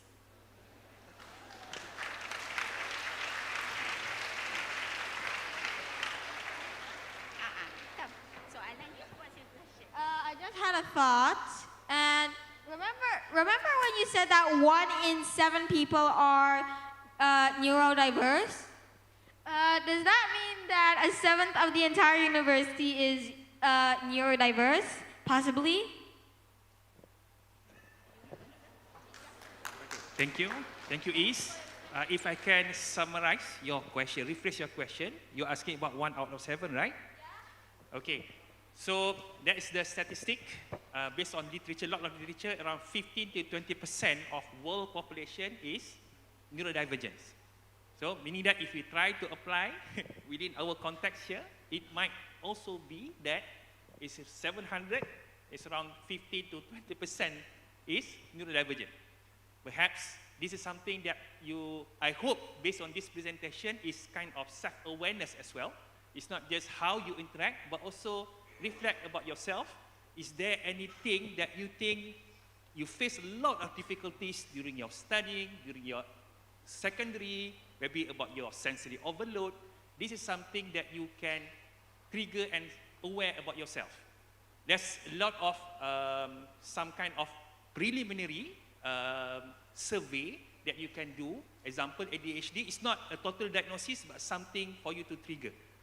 Okay, so there are certain survey that you can undergo to see, to evaluate yourself whether you have most of the symptoms. But that's totally not the total diagnosis. The diagnosis is only can be given by experts like clinical psychologists or psychiatrists. Okay. So I believe that's something that you can refer to the counseling unit if you face a lot of difficulties during your journey in your study. Okay, so I hope that answers your question. Thank you very much for your question. And there are studies also that's about the current stage where we are. We can easily say that 1 out of 3 people in any population are neurodivergent. Walaupun ada satu spektrum je, ADHD saja or dyslexic saja, right? But I'm sure that among us, even myself also, I feel that maybe I'm also neurodivergent. Maybe, right? Right? Because that's, remember, no two brains are the same. Regardless neurodivergent ke neurotypical, among neurotypical and neurotypical pun, there are no such thing as two brains are the same. Okay? So appreciate that. Appreciate yourself better. And also we need to appreciate people around us. Okay? Okay. Any other question? Maybe from this side? I nak dengar kat belakang-belakang sikit lah. Boleh ke? Tak apa? Ada tak? Anyone? Ada tak? Or any from the line? Tak ada ke? Tak ada. Okay. Are we okay? Are we okay? Mana? Angkat tangan tinggi sikit dek sebab I can't see. Hi. Can you come forward or okay? Can you come forward? Sorry, because we meet in the middle way.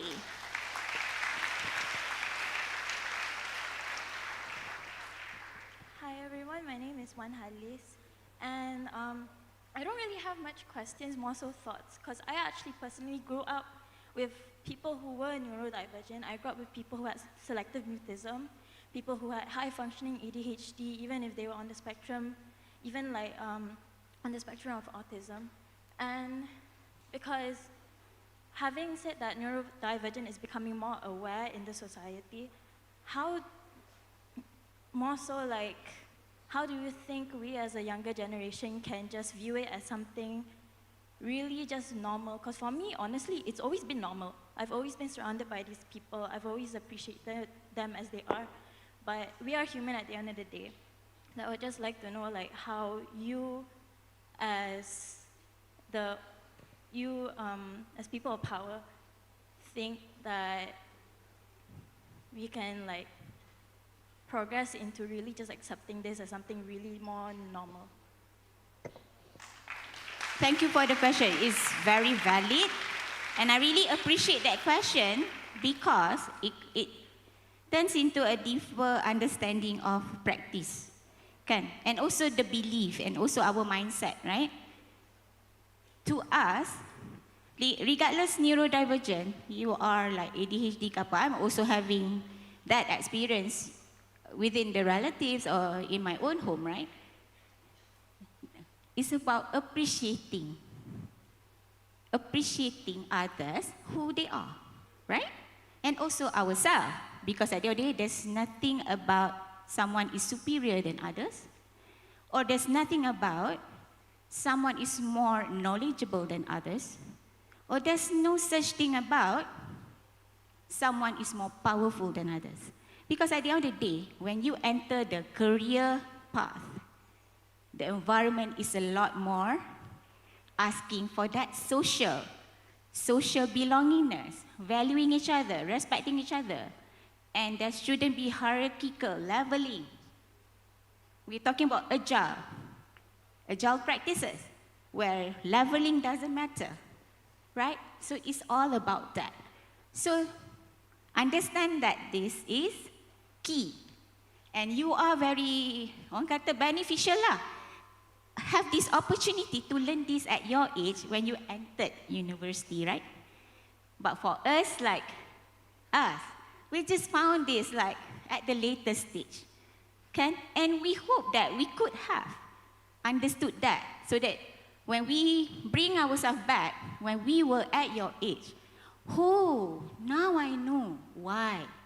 Now I know how I could have acted differently. Or how can I bring it forward so that I can evolve and become a better someone. Okay? So I think we would just like to leave it at a very layman. It's normal, but of course, managing the challenges, everyone will have to go through that. Like it, whatever differences that we have, right? And macam the statement that we want to leave with you, we want you to be the next generation who's gonna take over our role in the corporates, in the world of MOHE and also UMS. Maybe most of you might be, in our roles later. Create the difference. Make the difference. Make inclusion as a norm. And it is unquestioned. Apa tadi? Unquestioned acceptance. Thank you so much for the... Thank you so much for the ni. And I think Shah, you want to add apa-apa tak? Ataupun Datuk Syahrir, you want to share anything? Thank you so much, Hanis, for your remarks. That actually conclude our presentation today. I think with a very great summary that we need to accept. It's a very good experience that you had in interacting with neurodivergents around you. That someone might be new to this, but the key is about treat others that they want to be treated. Okay, so there are certain strengths they have. There might be certain challenges. So as colleagues, as friends, how best we can tap, looking from their strength, also empathy with their challenges. Okay, I think that will be the keywords. Thank you very much, Hanis. You really mark it down. Thank you, Hanis.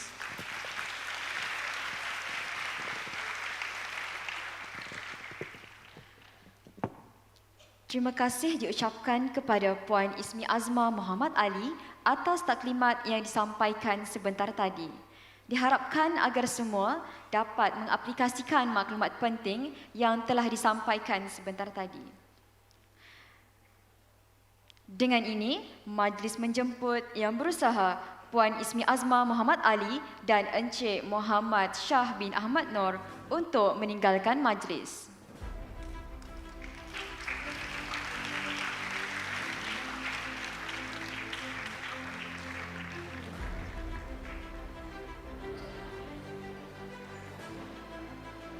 Hadirin dipersilakan duduk.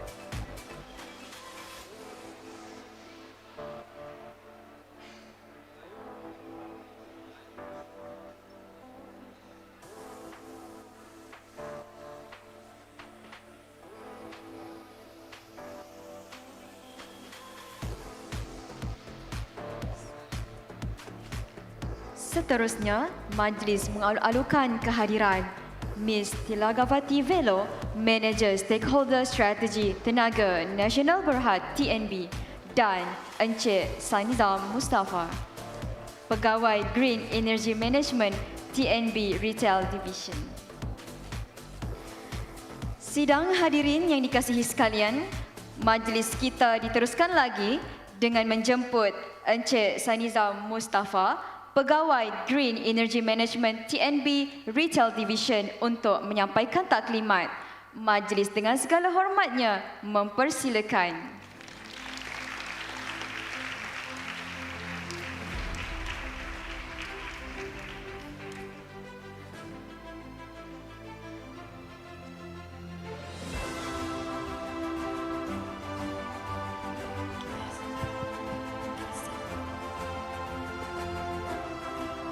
Tes. Okay, alright. Assalamualaikum, selamat pagi semua. Saya berterima kasih kepada pihak Universiti Malaya kerana menjemput pihak TNB untuk slot industri untuk saya menyampaikan program MELP serta energy literacy MELP di Malaysia and then kepada you all. Saya difahamkan you all semua ni adalah student tahun 1 Betul So semua muka fresh and young, energetic, so bersemangat. Ini yang kita harapkan untuk pemimpin Malaysia pada tahun yang akan datang Okay. Saya hormati, yang dihormati, sekejap sebab saya boleh dapat list. Datuk Syahril, pengarah KPT dan juga Prof Zamri, Profesor daripada High Level Pekerja, serta Prof Yatimah kalau ada daripada TNA UM. Okay. Alright, so keadaan saya ni untuk menyampaikanlah some knowledge, skill dan juga intipati daripada MELP serta program yang kita anjurkanlah daripada TNB. Alright, boleh next slide. Okay, ni nama saya. Nama saya Sanizam bin Mustafa. Saya bermula daripada bawah and then lastly saya berada di unit Green Energy Management sebagai manager. Okay, alright, next slide. Saya punya presentation ni simple. Kita relax, kita santai, tetapi informasi yang saya akan sampai ni sangat cantik dan detail and then boleh diguna pakai kepada you all sama ada sebagai student, later on you akan bekerja and then kemungkinan besar nanti you akan berkahwin, you ada anak, or you boleh contribute something to you punya UIPT which is UM and then maybe kat tempat kerja nanti ataupun kat rumah nanti okay. So ini kita punya cerita dia. Kita punya tajuk utama adalah Malaysia Energy Transition Roadmap sebab kita nak go to the sustainable toward future Kita nak reduce energy in term of fuel fossil Yang itu kita punya hasrat utama. Sebab apa? Benda itu melibatkan pelepasan karbon CO2. Is it okay for me I'm mixing BM dengan BI? Okay so simple. Alright. So kita ada 6 lebih kurang 6 kita punya target, kita punya roadmap. And then the more important is number 4, awareness and education program. Sebab you all right now as a student. So as student kita semai biji benih dululah. Okay, sebab later on bila dah pokok dah besar, you akan berbuah dan akan bagi sesuatu kepada bumi dan so on Alright. Okay, next slide. Untuk MELP, okay, kita TNB dah lancar pada tahun 15 Disember 2020. Kita initiate MELP and then pada tahun 2023 dah launch dan seterusnya pada tahun 16 Mei 2024 kita work out dengan steering committee sebab kita nak achieve 70% renewable energy and net zero by 2050. 70% ni represent kita nak reduce kita punya fuel fossil dekat kita punya coal power plant and then at the same time kita nak capai net zero. Kita tak boleh capai totally 100% tetapi kita hampir kepada net zero. Itu target kita And then kita punya target group kita ada 6. So the most important is kita target pada school student student university, higher learning and then institution ataupun youth lah. Sebab mereka ni adalah orang-orang ataupun para pekerja yang akan membawa satu ilmu, satu knowledge yang akan diguna pakai pada masa akan datang. And then kita punya key syllabus ada lebih kurang 9, ada banyak dalam MELP ni. So sangat menarik dan boleh diguna pakai dalam kehidupan seharian lah. So right now ada macam-macam. Nanti saya akan go through kepada detail which is energy efficiency. Itu satu tajuk yang sangat menarik. Okay, next. Okay, dia impact dia adalah sebab macam saya adalah generation X. So saya dah melalui banyak fasa. You all semua ni majority generation apa ni? Z kan? Gen Z kan? Gen Z ni rasanya pasal IoT ke, technical ke, YouTube ke pun semua terror lah kan? So you all lah yang akan menggunakan teknologi ni in future untuk membantu negara kita dan bantu diri sendiri buat apa seterusnya untuk kita bawa kepada negara yang lebih maju lah di masa akan datang. Okay? And then you also akan develop future IT or innovative punya workplace lah, sebab you all ada skill yang terbaru yang meet the current demand.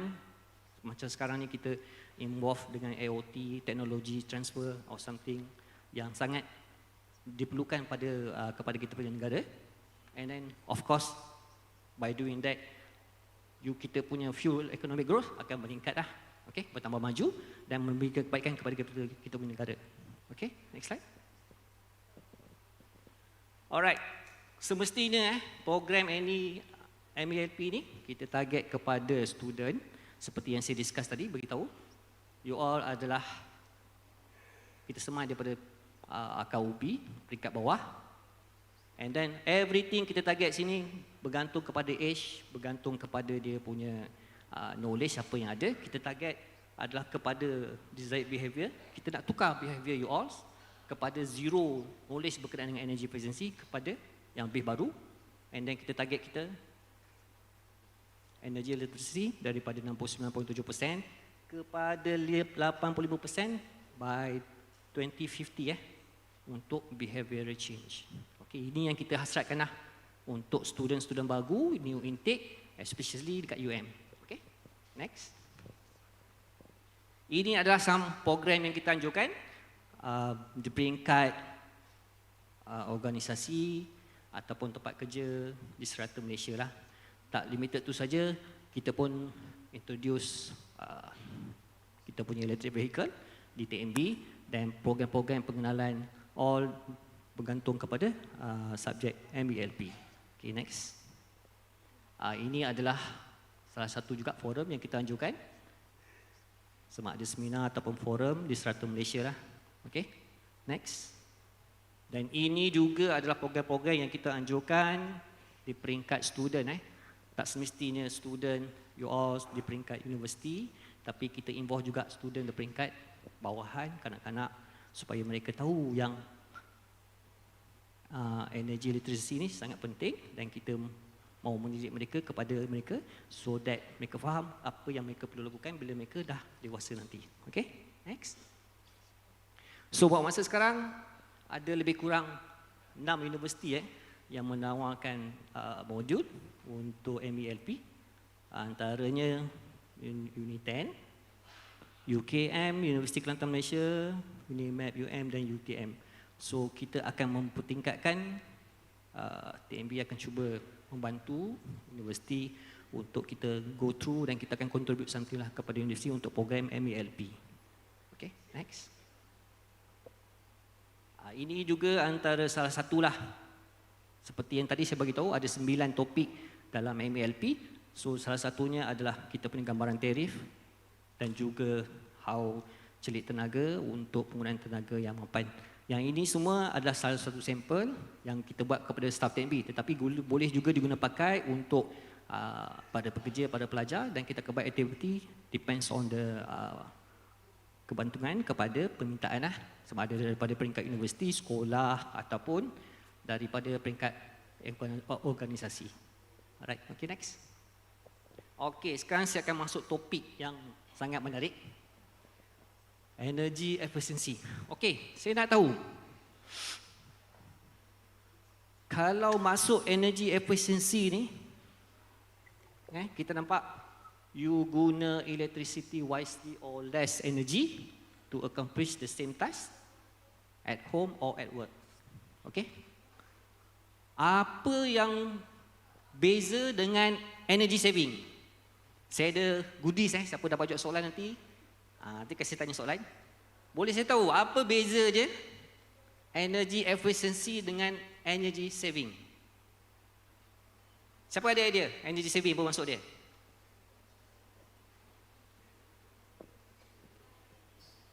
Boleh try? Ada tak? Angkat tangan. Okay, my name is Adam Shah from KK1. In my opinion, energy efficiency is like you reduce the amount of energy that is usually compared to the original energy that's usually used in order to accomplish a task. While energy or saving energy means that you are just cutting the amount of energy used in your daily life. All right, a little bit correct. Thank you. So how was it? Ada lagi? Anyone would like to try? Sir, over there.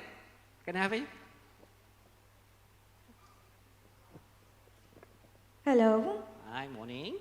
I'm Vedini from KK8. And in my opinion, energy efficiency is where we use a more clever and more resourceful way to use energy in a menial amount so that we can accomplish the same task instead of using in a huge wasteful amount. When it comes to energy saving, I think it is more towards just cutting the amount of wasting that we are using in general of the energy. Nicely fit to the question. In the simple word, energy saving is you switch off the power supply, then no current, no voltage use. That is energy saving. Right? Very simple. But for me, I'm teaching my kids and some of the students wherever I go. The better way is for the energy saving is switch off any appliance that you do not use and then pull out of the plug from the walls. That is energy saving. Now, compared to the energy efficiency, I would like to give some example. Very simple. You cook a rice, masak nasi. Okay, masak nasi. Energy efficiency, you masak nasi pakai apa? Kalau energy efficiency, we talk about energy efficiency. What is the main criteria for the energy efficiency? About what? 5 star. 5 star is the energy efficiency. Now, in conjunction with the energy efficiency, we can cook rice in many ways lah. Okay? If using 5 star, the output still the same, nasi akan masak. Tetapi kalau you pakai equipment yang bukan 5 star, yes, same output will be produced, but it require more electricity to do the same job. Okay, now, compared to that energy saving, you cook the rice without using the rice cooker. You cook the rice by using the manual lah. Kan? Masak nasi atas dapur pakai kayu api. Right? Simple right? Itu saja the simple Okay? Bear in mind benda ni sangat simple dan you boleh faham lah. Okay? Next. Okay, ini kita sorry. Previous slide. Previous slide. Okay, ini adalah kita punya kebaikan benefit. We can give environmental free because we do not to still depend on the fossil fuels sebab benda ni adalah current kita gunakan untuk kita power plant di Malaysia. And then on top of that, bila environment dah safe, kita can be boost up kita punya financial and growth economic. And then lastly, kita akan contribute to the social sebab literally a new job come out in the solar form. Okay? All right, next. This is also one of the, energy, what we are talking about.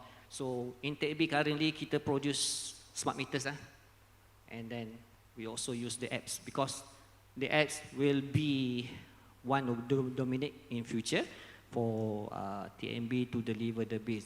Kita prevent to use the motorcycle because we know that when my meter readers go to your house, hantar bil, dia akan menggunakan motor so that pelepasan karbon sudah berlaku. So how can kita boleh prevent to this condition? Kita menggunakan TMB apps. Okay, and then kita pun sekarang go to the electric vehicles. Sama juga target kita untuk carbon reduction. At the same time, kita reduce wastage, food and water. And then lastly, solar lah. Okay, alright, next. Okay, this is the energy pyramid. Okay benda ni penting, bagus. Sebab very important. The low one is the energy saving. We talk about energy conservation because it will cost no, tak melibatkan duit yang banyak lah, sangat simple. You just switch off, pull out the plug from the wall, very simple. And then if you already done this but the bill still increase, you may purchase some electrical equipment which is 5-star energy equipment. If also still increase, then the top one is the renewable energy, which is in terms of monetary is the very high value in order to install. So you can see that the arrow here going up from the top to the low. So pay observation to this energy conservation because this is the method of using less money compared to other methods. Okay, right, next slide. Okay, this is the tip for the energy efficiency and conservation. We have 4 tips: purchasing, installation, usage, and maintenance. So everybody can do, and very simple concept, you can do it or you can hire someone else. Okay, next. Okay, purchasing, as I said before. Purchase 5-star electrical equipment. Because of what I said is that the 5-star represent more energy efficient use, but the cost of the electricity use is lower. But definitely the price is very expensive compared to the 1-star or 2-star. Currently we have around 9 equipment certified by ST that have energy efficiency. Okay, next. Okay, now very simple, the example. Now, let's say this day one, I might say maybe some of it LED, some of it normal lamp, normal bulbs. Okay, now look at this. Samples, we have LED bulbs, and then we have the normal bulbs, PIJA, CFL. You can look at the price. Of course, the LED higher more compared to the other products, but you can see the benefits. Usage for the 1 year. For the normal bulbs, 70 ringgit, 77 ringgit, compared to the LED. Now, when we talk about the saving, you can see that for the 1 year, you can save about 75% saving. So it's a very huge amount. On top of that, the lifespan of the 5-star LED more longer than compared to the normal lamps. So this is very crucial for you all to choose the best one for you. So in my methodology, I have 2 only. If the money concerned to you, then your money, your business, right? But if that also your money and your business is concerned for you, so the power is in your hand. You choose the best, whatever you want. Okay, that's your only 2. All right, next. Okay, for the kipas, the fan. Same also, comparison between the 5-star and 2-star. The price, definitely 10 ringgit higher than the normal, but the saving for the 1 year, 6%, RM39 compared to 708, 98, This is the what I'm talking about, right? The different 2-star and 5-star. Okay, next. Refrigerator, 2 doors. Later we talk why you need to choose 2 doors or single doors. The price, different around 40, 50 ringgit, but the saving you will have around 10%, around 120 ringgit for the whole year. This is what I'm talking about. They're very serious, very good. And then you need to buy the energy efficiency, the 5-star. Okay, right?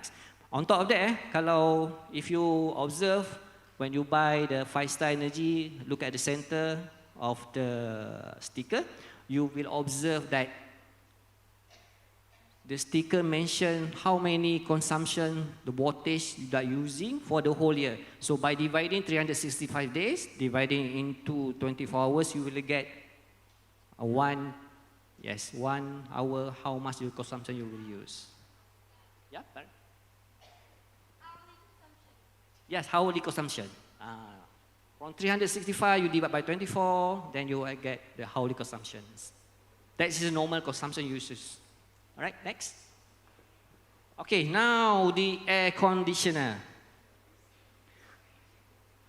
Same method by the 5-star. Of course, the 5-star more higher, but normally when you to buy the aircon, make sure you know what type of aircon. If you buy the inverter, you need to measure, or let's say you buy inverter or not inverter, sorry, you need to measure the room, measure keluasan bilik.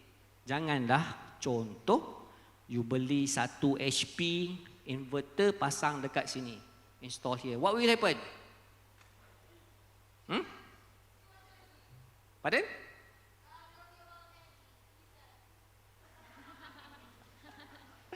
Okay, when you install 1 HP inverter inside like this condition, of course lah you punya aircon condition gila lah nak bekerja kan. Set temperature pula 16 degrees Celsius, right? Nak cover the whole building with 1 HP. Of course, the aircon will be working hampir mati, kan? Nak bekerja, gila nak bekerja, nak sejuk kan? That's why you have to measure, you punya keluasan. Make sure you beli, buy appropriately. 1 HP, according to the size, 12 times 12, and then depending on the room size lah. And then also kalau you buy the inverter, make sure don't install in the open space, because the inverter technology will detect the temperature change.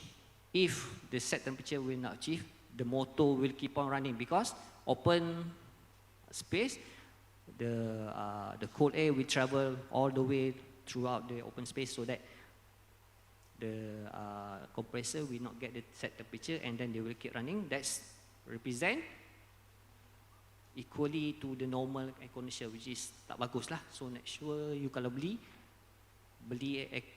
inverter, aircon inverter, dan ditempatkan di bilik. Dan make sure juga tutup close, facing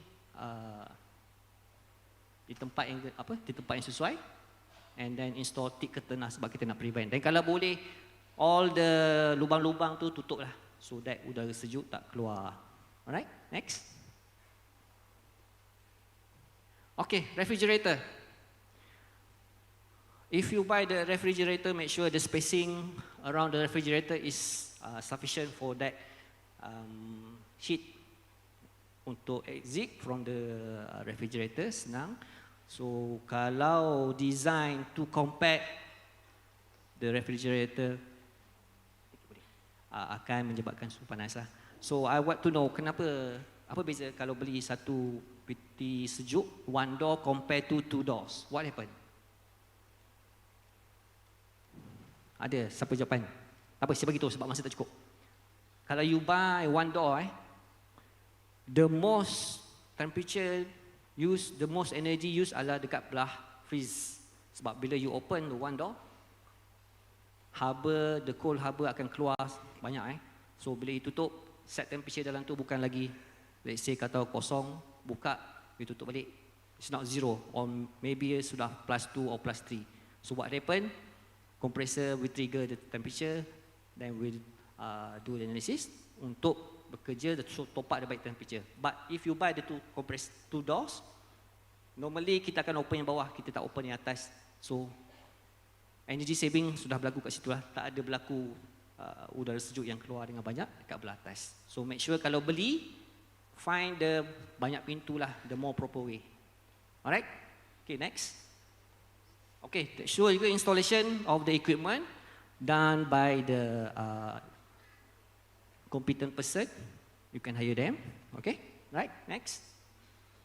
Okay, now adjust the air condition according to the room temperature, which is TMB mostly would like to recommend around 24 degrees C. Why 24 degrees C?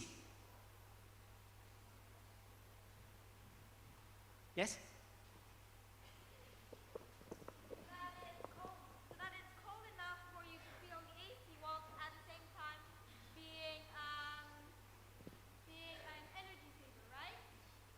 A little bit correct.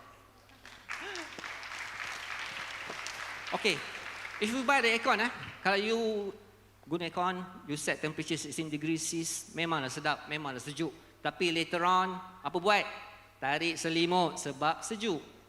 Now, what we suggest, you use the 24 degrees C. This is the optimal temperature.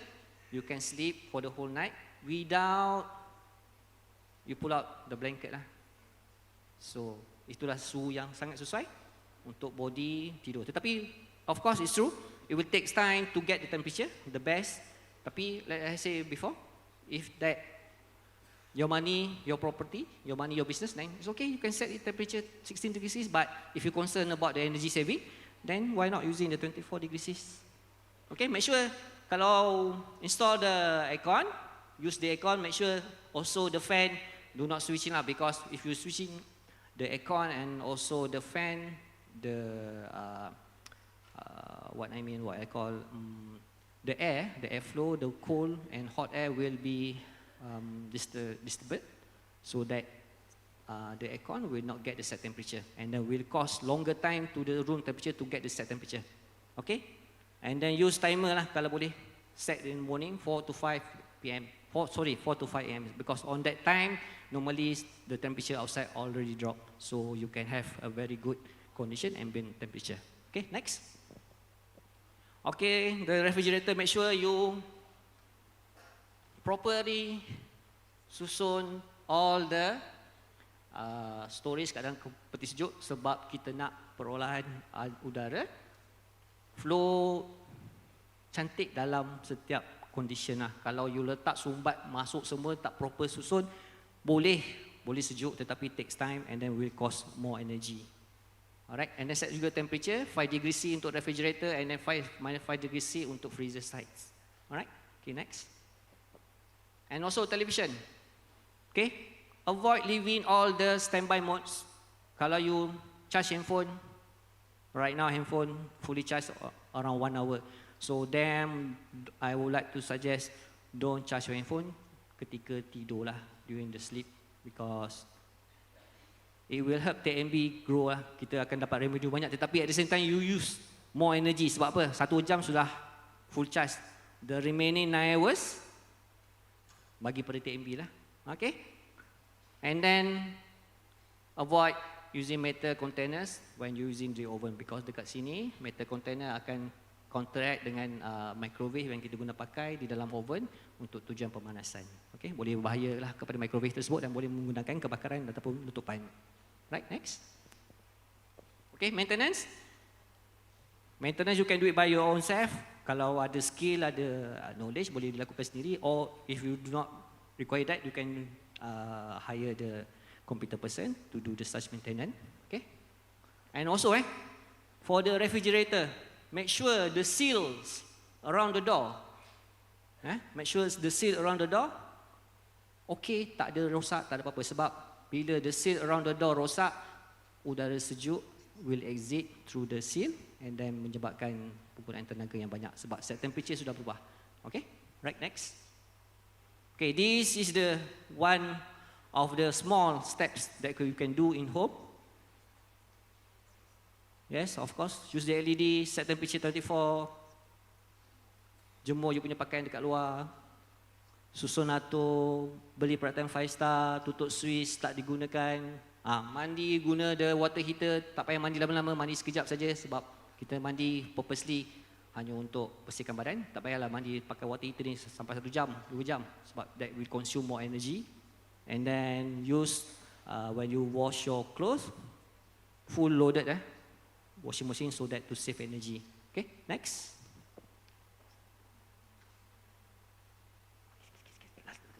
Okay, this is one of the what they call alat penyumbatan tenaga, but it's just one of the method of marketing product. But normally, it's not alat penyumbatan tenaga or energy saving. But previously, as I said, the energy saving is very simple. Switch off, pull out from the plug. That is the energy saving. Okay, next. This one also, for me, is also the one of the marketing of the product. You can buy Shopee, I think around cost RM45, but it's also a method of selling a product. Tak menjadi pun, kan? Daripada you beli ni banyak, tampal kat sana kat sini, sama juga. Simple way, tutup, switch off, pull out the plug. That is energy saving. Or use the electrical efficiency 5 star. That is how we contribute to the energy saving lah. Okay, next. Okay, kita tengok video, right?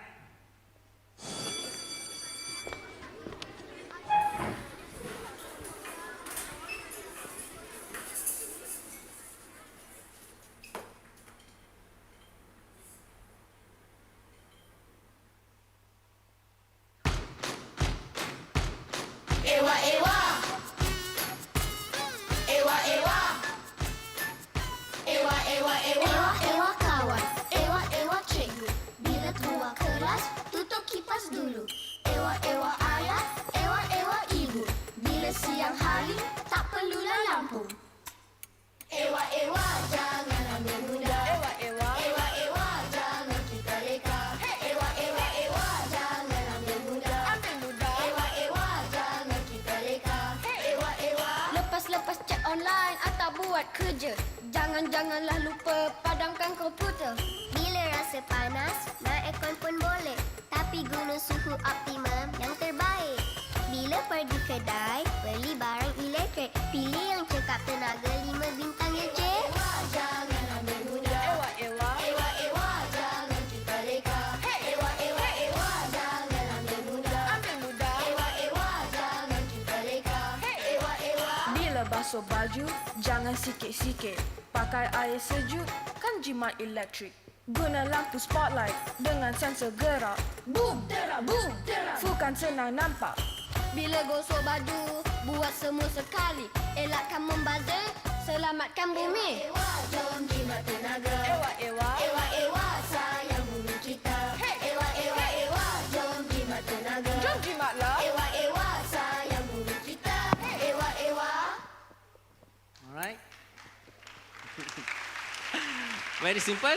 As I said, power in your hand, or my money, my business. So you choose which one the best for you. Okay? Right, next. Okay, this is a summary from what I'm saying. You can record, analyze, label, set, turn off, and maintain all the equipment so that you can save energy, and then furthermore can save the words. Alright, next.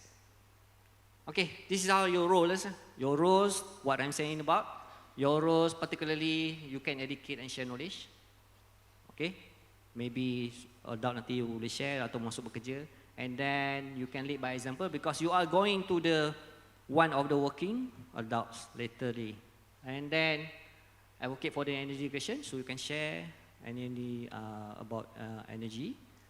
And lastly, we also can collaborate opportunities to another parties sebab you all adalah barisan rakyat Malaysia yang akan membangunkan Malaysia di masa hadapan. Okay, right, next. Okay, for the collaboration partners, you can shoot out email to our department, malpinfo@tmb.com.my. If you have any regarding question, you can also ask TMB lah. Alright, okay, next. Okay, that's all for me. Thank you very much. So right now, question and answer.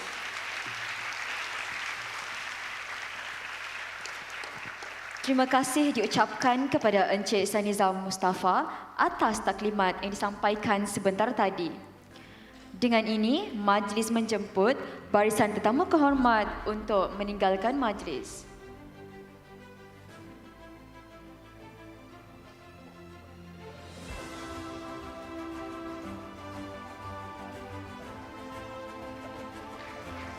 Okay, thank you.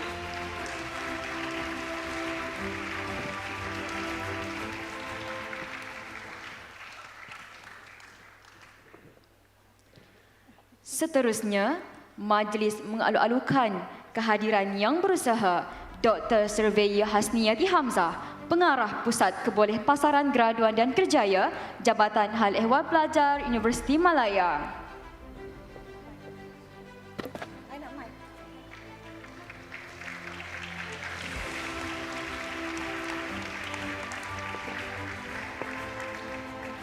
Sidang hadirin yang dikasihi sekalian, majlis kita diteruskan lagi dengan menjemput yang berusaha Dr. Surveyor Hasniyati Hamzah untuk menyampaikan taklimat.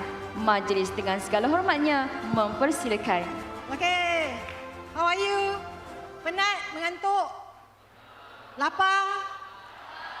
I lapar. Okay, kita semua lapar. We will make it as quick and as painless as possible. Tahu tak apa maksud dia tu? Painless. Sebab semua orang dah mengantuk.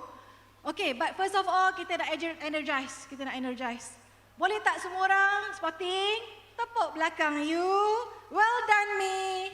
Well done myself. Well done me for berjaya masuk ke UM. Well done me. Next. Next. Tepuk bahu kawan. Well done you. Well done. Tahniah. Tahniah, bangun. Bangun. Okay? Wake up, wake up. Okay, dah. Okay. Okay, that should be okay. Now, I will take only 10 minutes of your time. Boleh? 10 minutes only. After that, you go back, you have your lunch, relax sekejap, okay? So, my name is Dr. Has. Okay? Dr. Hasniyati Hamzah from GECC. GECC stands for Graduate Employability and Career Center. Pusat, pusat lah, center is pusat. Kebolehpasaran graduan means that we will shape you into produk yang boleh dipasarkan. Kebolehpasaran graduan dan kerjaya. Which is, we can only do so much. You pergi belajar dan lepas itu apa nak buat? Nak graduate, nak kerja yang bagus, betul? Tadi semua orang kat tangan tinggi-tinggi. Bila tadi guest speaker daripada Petronas tanya, siapa nak career yang bagus? Semua angkat tangan tinggi sampai ke langit. Kan? But do you think that the career will come and look for you? No, betul tak? Kita kena bersedia. Kita kena cari career yang kita inginkan, betul? Tetapi di classroom, you hanya belajar, betul tak? So you have to seek ways untuk you bina kerjaya you semasa belajar lagi. Because times have changed. Masa sudah berubah. You mesti buat persediaan awal untuk kerjaya yang you impikan. You have to make early preparation for the career of your dreams. Okay? So, kita ada di sini. We will help you in your journey. Kita akan tolong anda. Okay? So, know this space, know my center. So, bukanlah nanti Dr. Has pun lagi 1 tahun dah keluar, orang lain ganti. So, doesn't matter. GECC is where you go. Okay? Graduate Employability and Career Center. So 10 minutes, next. Next. So tak payahlah tahu, inilah kami semua di pusat. It's a small center, next. So functions, you tengok di situ, kita deal with kebolehpasaran you all, graduan nanti, persediaan kerjaya you all, pembangunan kerjaya you all, and we make sure that you get gaji premium. Kerjaya yang menawarkan gaji premium. So, any guess berapa agak-agaknya gaji premium di KL sekarang, di Malaysia sekarang? 1,000 tak nak? 2,000? 3,000? 4,000, yes. 4,000. But in reality, bila anda keluar daripada universiti, what is the salary being offered? Berapa average salary di luar sana? Siapa tahu? Tak sampai pun 3,000 ya. Average 2,500, average. We want you guys to get 4. Kita aim for that. Okay? Kalau tak dapat pun 4,000, at least above the average. Tetapi you mesti bekerjasama dengan pihak UM lah. You mesti sedia untuk membentuk diri you sendiri. Contohnya datang ke career talks, menyertai all the GECC punya events. Nanti kita akan share what's coming up soon. Minggu kedua kita have something in store for you guys. So make sure you join. So kita buat ni semua untuk students, bukan untuk UM, untuk you all semua. Next. So these are some of the initiatives yang kami offer di GECC. Kita ada My Career, Career Kit, all these things. Tapi next lah, kita tengok gambar aja. Dah mengantuk ni, mengantuk. My Career, apa tu? My Career kita ada Career Talks. Kita bawa you keluar dari UM pergi ke industri. Pergi ke office contohnya, pergi ke Maybank, pergi ke Invest KL, pergi ke industri-industri contohnya factory untuk you tengok sendiri. Perodua coming soon akan ada program dengan UM. So you will be given a chance untuk keluar, untuk tengok, rasa sendiri suasana alam pekerjaan macam mana. Okay? Job Fest ini acara tahunan. So every year we will do our career carnival ataupun job fair lah kita panggil, Job Fest di UM. Datang. Walaupun first year, walaupun second year, it's not too early. Datang saja tengok apa syarikat yang ada menawarkan pekerjaan. And what do your seniors do? Masa datang ke Job Fest tu, apa persediaan mereka? Normally they will come bukan tangan kosong, dia akan bawa resume. So you kena start build up your resume dari sekarang. Nak masukkan apa dalam resume tu? Besides your details. Achievements, yes. Sama juga macam nak minta, yang apa, you nak minta masuk UM kan? All your achievements. So you kumpullah achievements sebanyak yang mungkin. You kumpullah sijil sebanyak yang mungkin. To pad up ataupun to enhance your resume. Itu semua kami tak boleh buatkan untuk you. We can just provide the programs. It's up to you whether to attend or not. Sama ada you nak datang ke tak. Career kit, apa tu career kit? Career kit tu macam ni. Okay, you dah ada sijil. You dah ada masuk pertandingan, menang tempat 1 ke 2. Tapi dari segi you punya appearance for instance, dah lengkap ke? You tahu ke cara macam mana nak grooming? Macam mana nak dress up? What is casual wear? What is office wear? Contohnya. Ataupun macam mana skill untuk interview? Kita buat mock interview untuk you practice. Kalau katakan you dapat offer kerja, offer interview, bukan offer kerja, offer interview. Macam mana nak jawab soalan dengan betul? So kita buat sesi-sesi tersebut and then you can come and test and experience sendiri. Macam mana perasaan job interview. So sebelum ni pun ada antara you all tak pernah pun kan pergi interview mana-mana pun lah, let alone interview kerja kan. So kita bagi you peluang lah untuk merasai sendiri. Next. Okay, this is our innovation di GECC. UM bukan GECC saja. Kita ada something which is called precision intervention. Apa tu? Oh, itu satu program untuk enhance students punya soft skill supaya dia bersedia bila dia keluar daripada UM, communication dia mantap, teamwork dia mantap, leadership dia mantap, dia ada creativity punya skills juga. Okay? So how do we choose the students? Ini program bukan murah-murah ya, bukan main-main ya. Ini program kita select certain students, 3 days, 2 nights dekat tempat tertentu. Wah, percutian, kan? Holiday away from UM.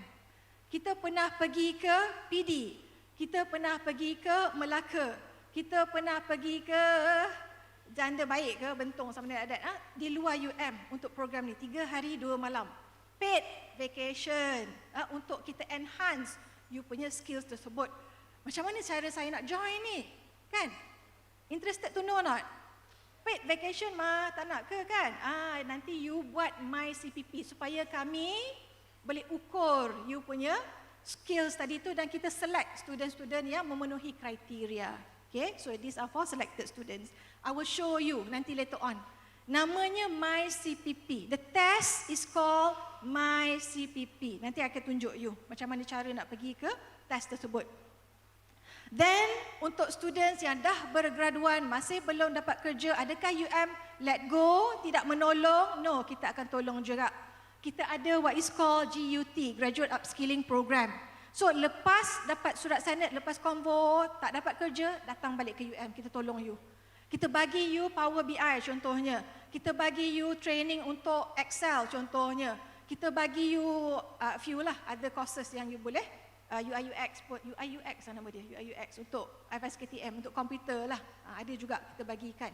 So we don't just let you go off macam tu saja. Kita bantu you sampai you dapat kerja. But it's up to you. As I said, kami sediakan program, it's up to you whether to take it or not.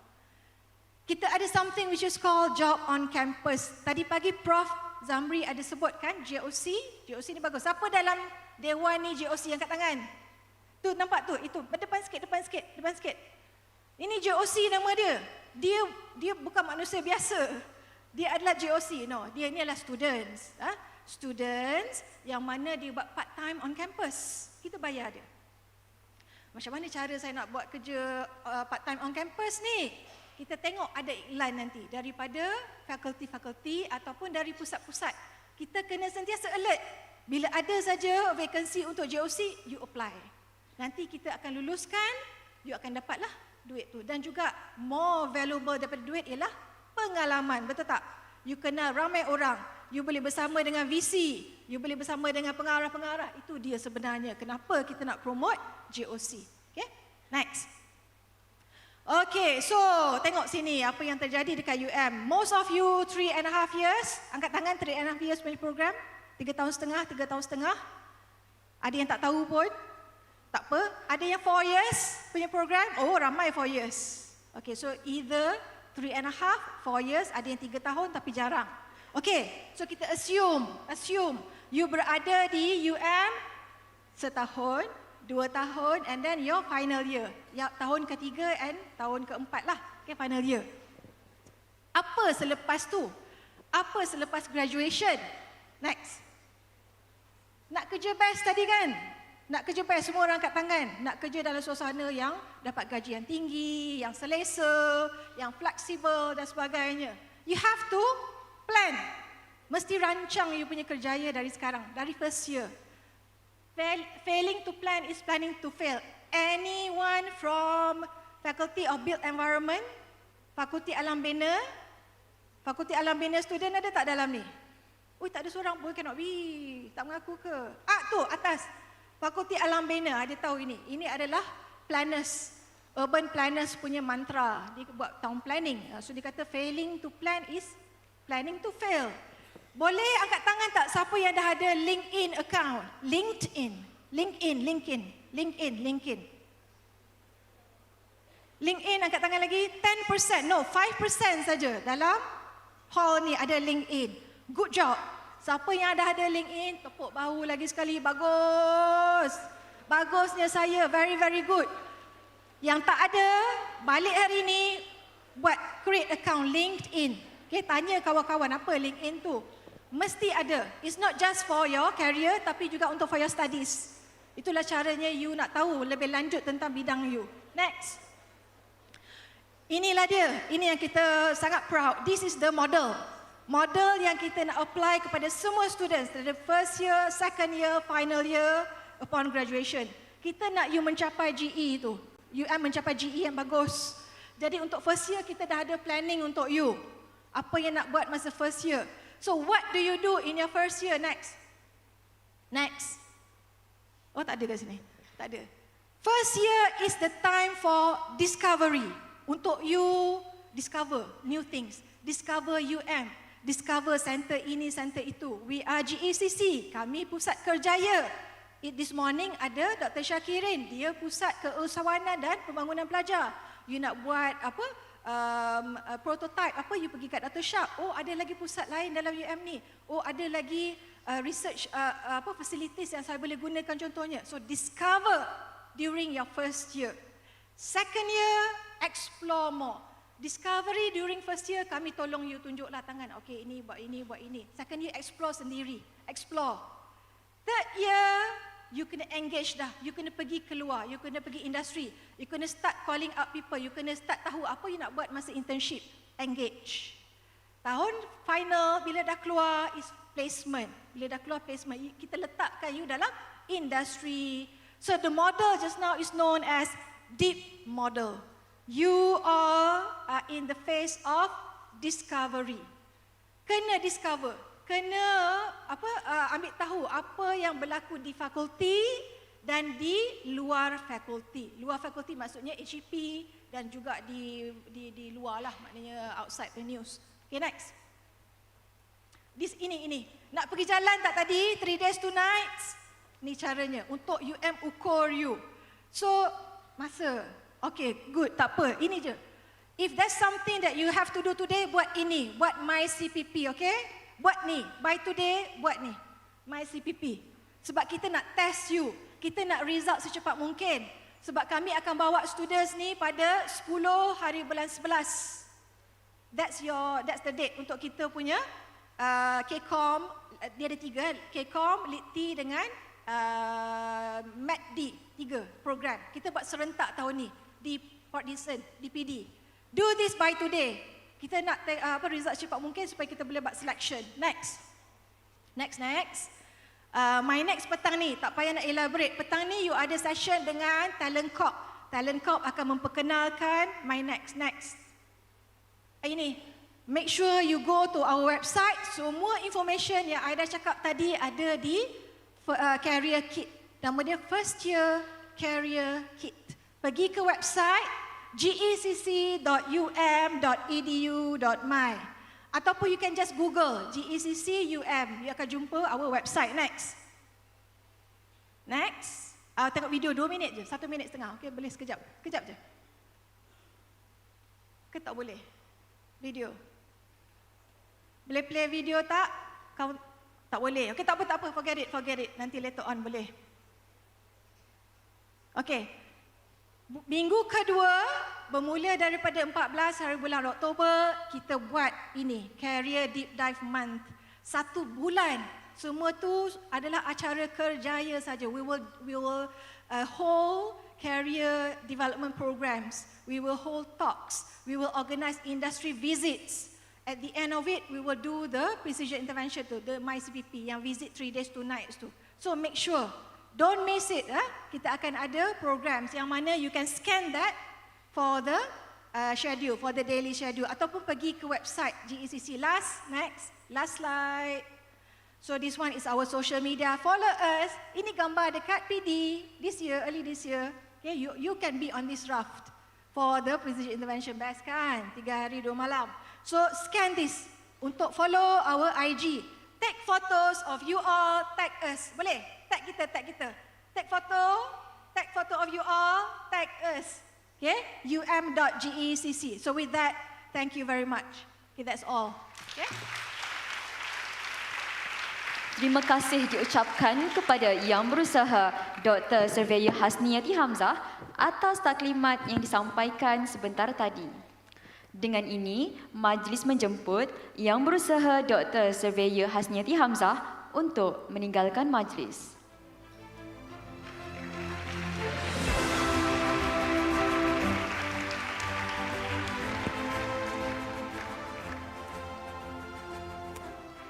Dengan ini, para hadirin dibolehkan bersurai untuk rehat dan persiapan diri. Hadirin diingatkan untuk masuk semula ke Dewan sebelum jam 2.15 petang untuk sesi taklimat yang seterusnya. Sekian, harap maklum. Majlis bersurai.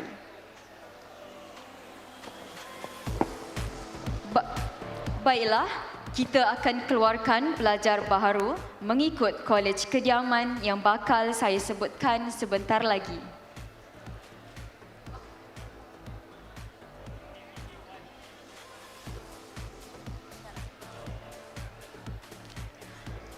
Kolej kediaman ketiga, pelajar boleh meninggalkan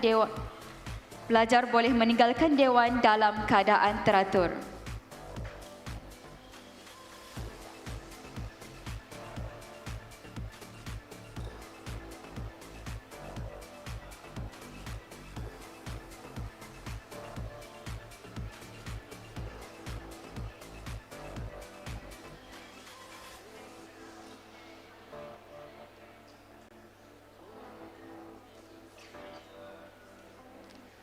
Seterusnya, kolej kediaman ke-12.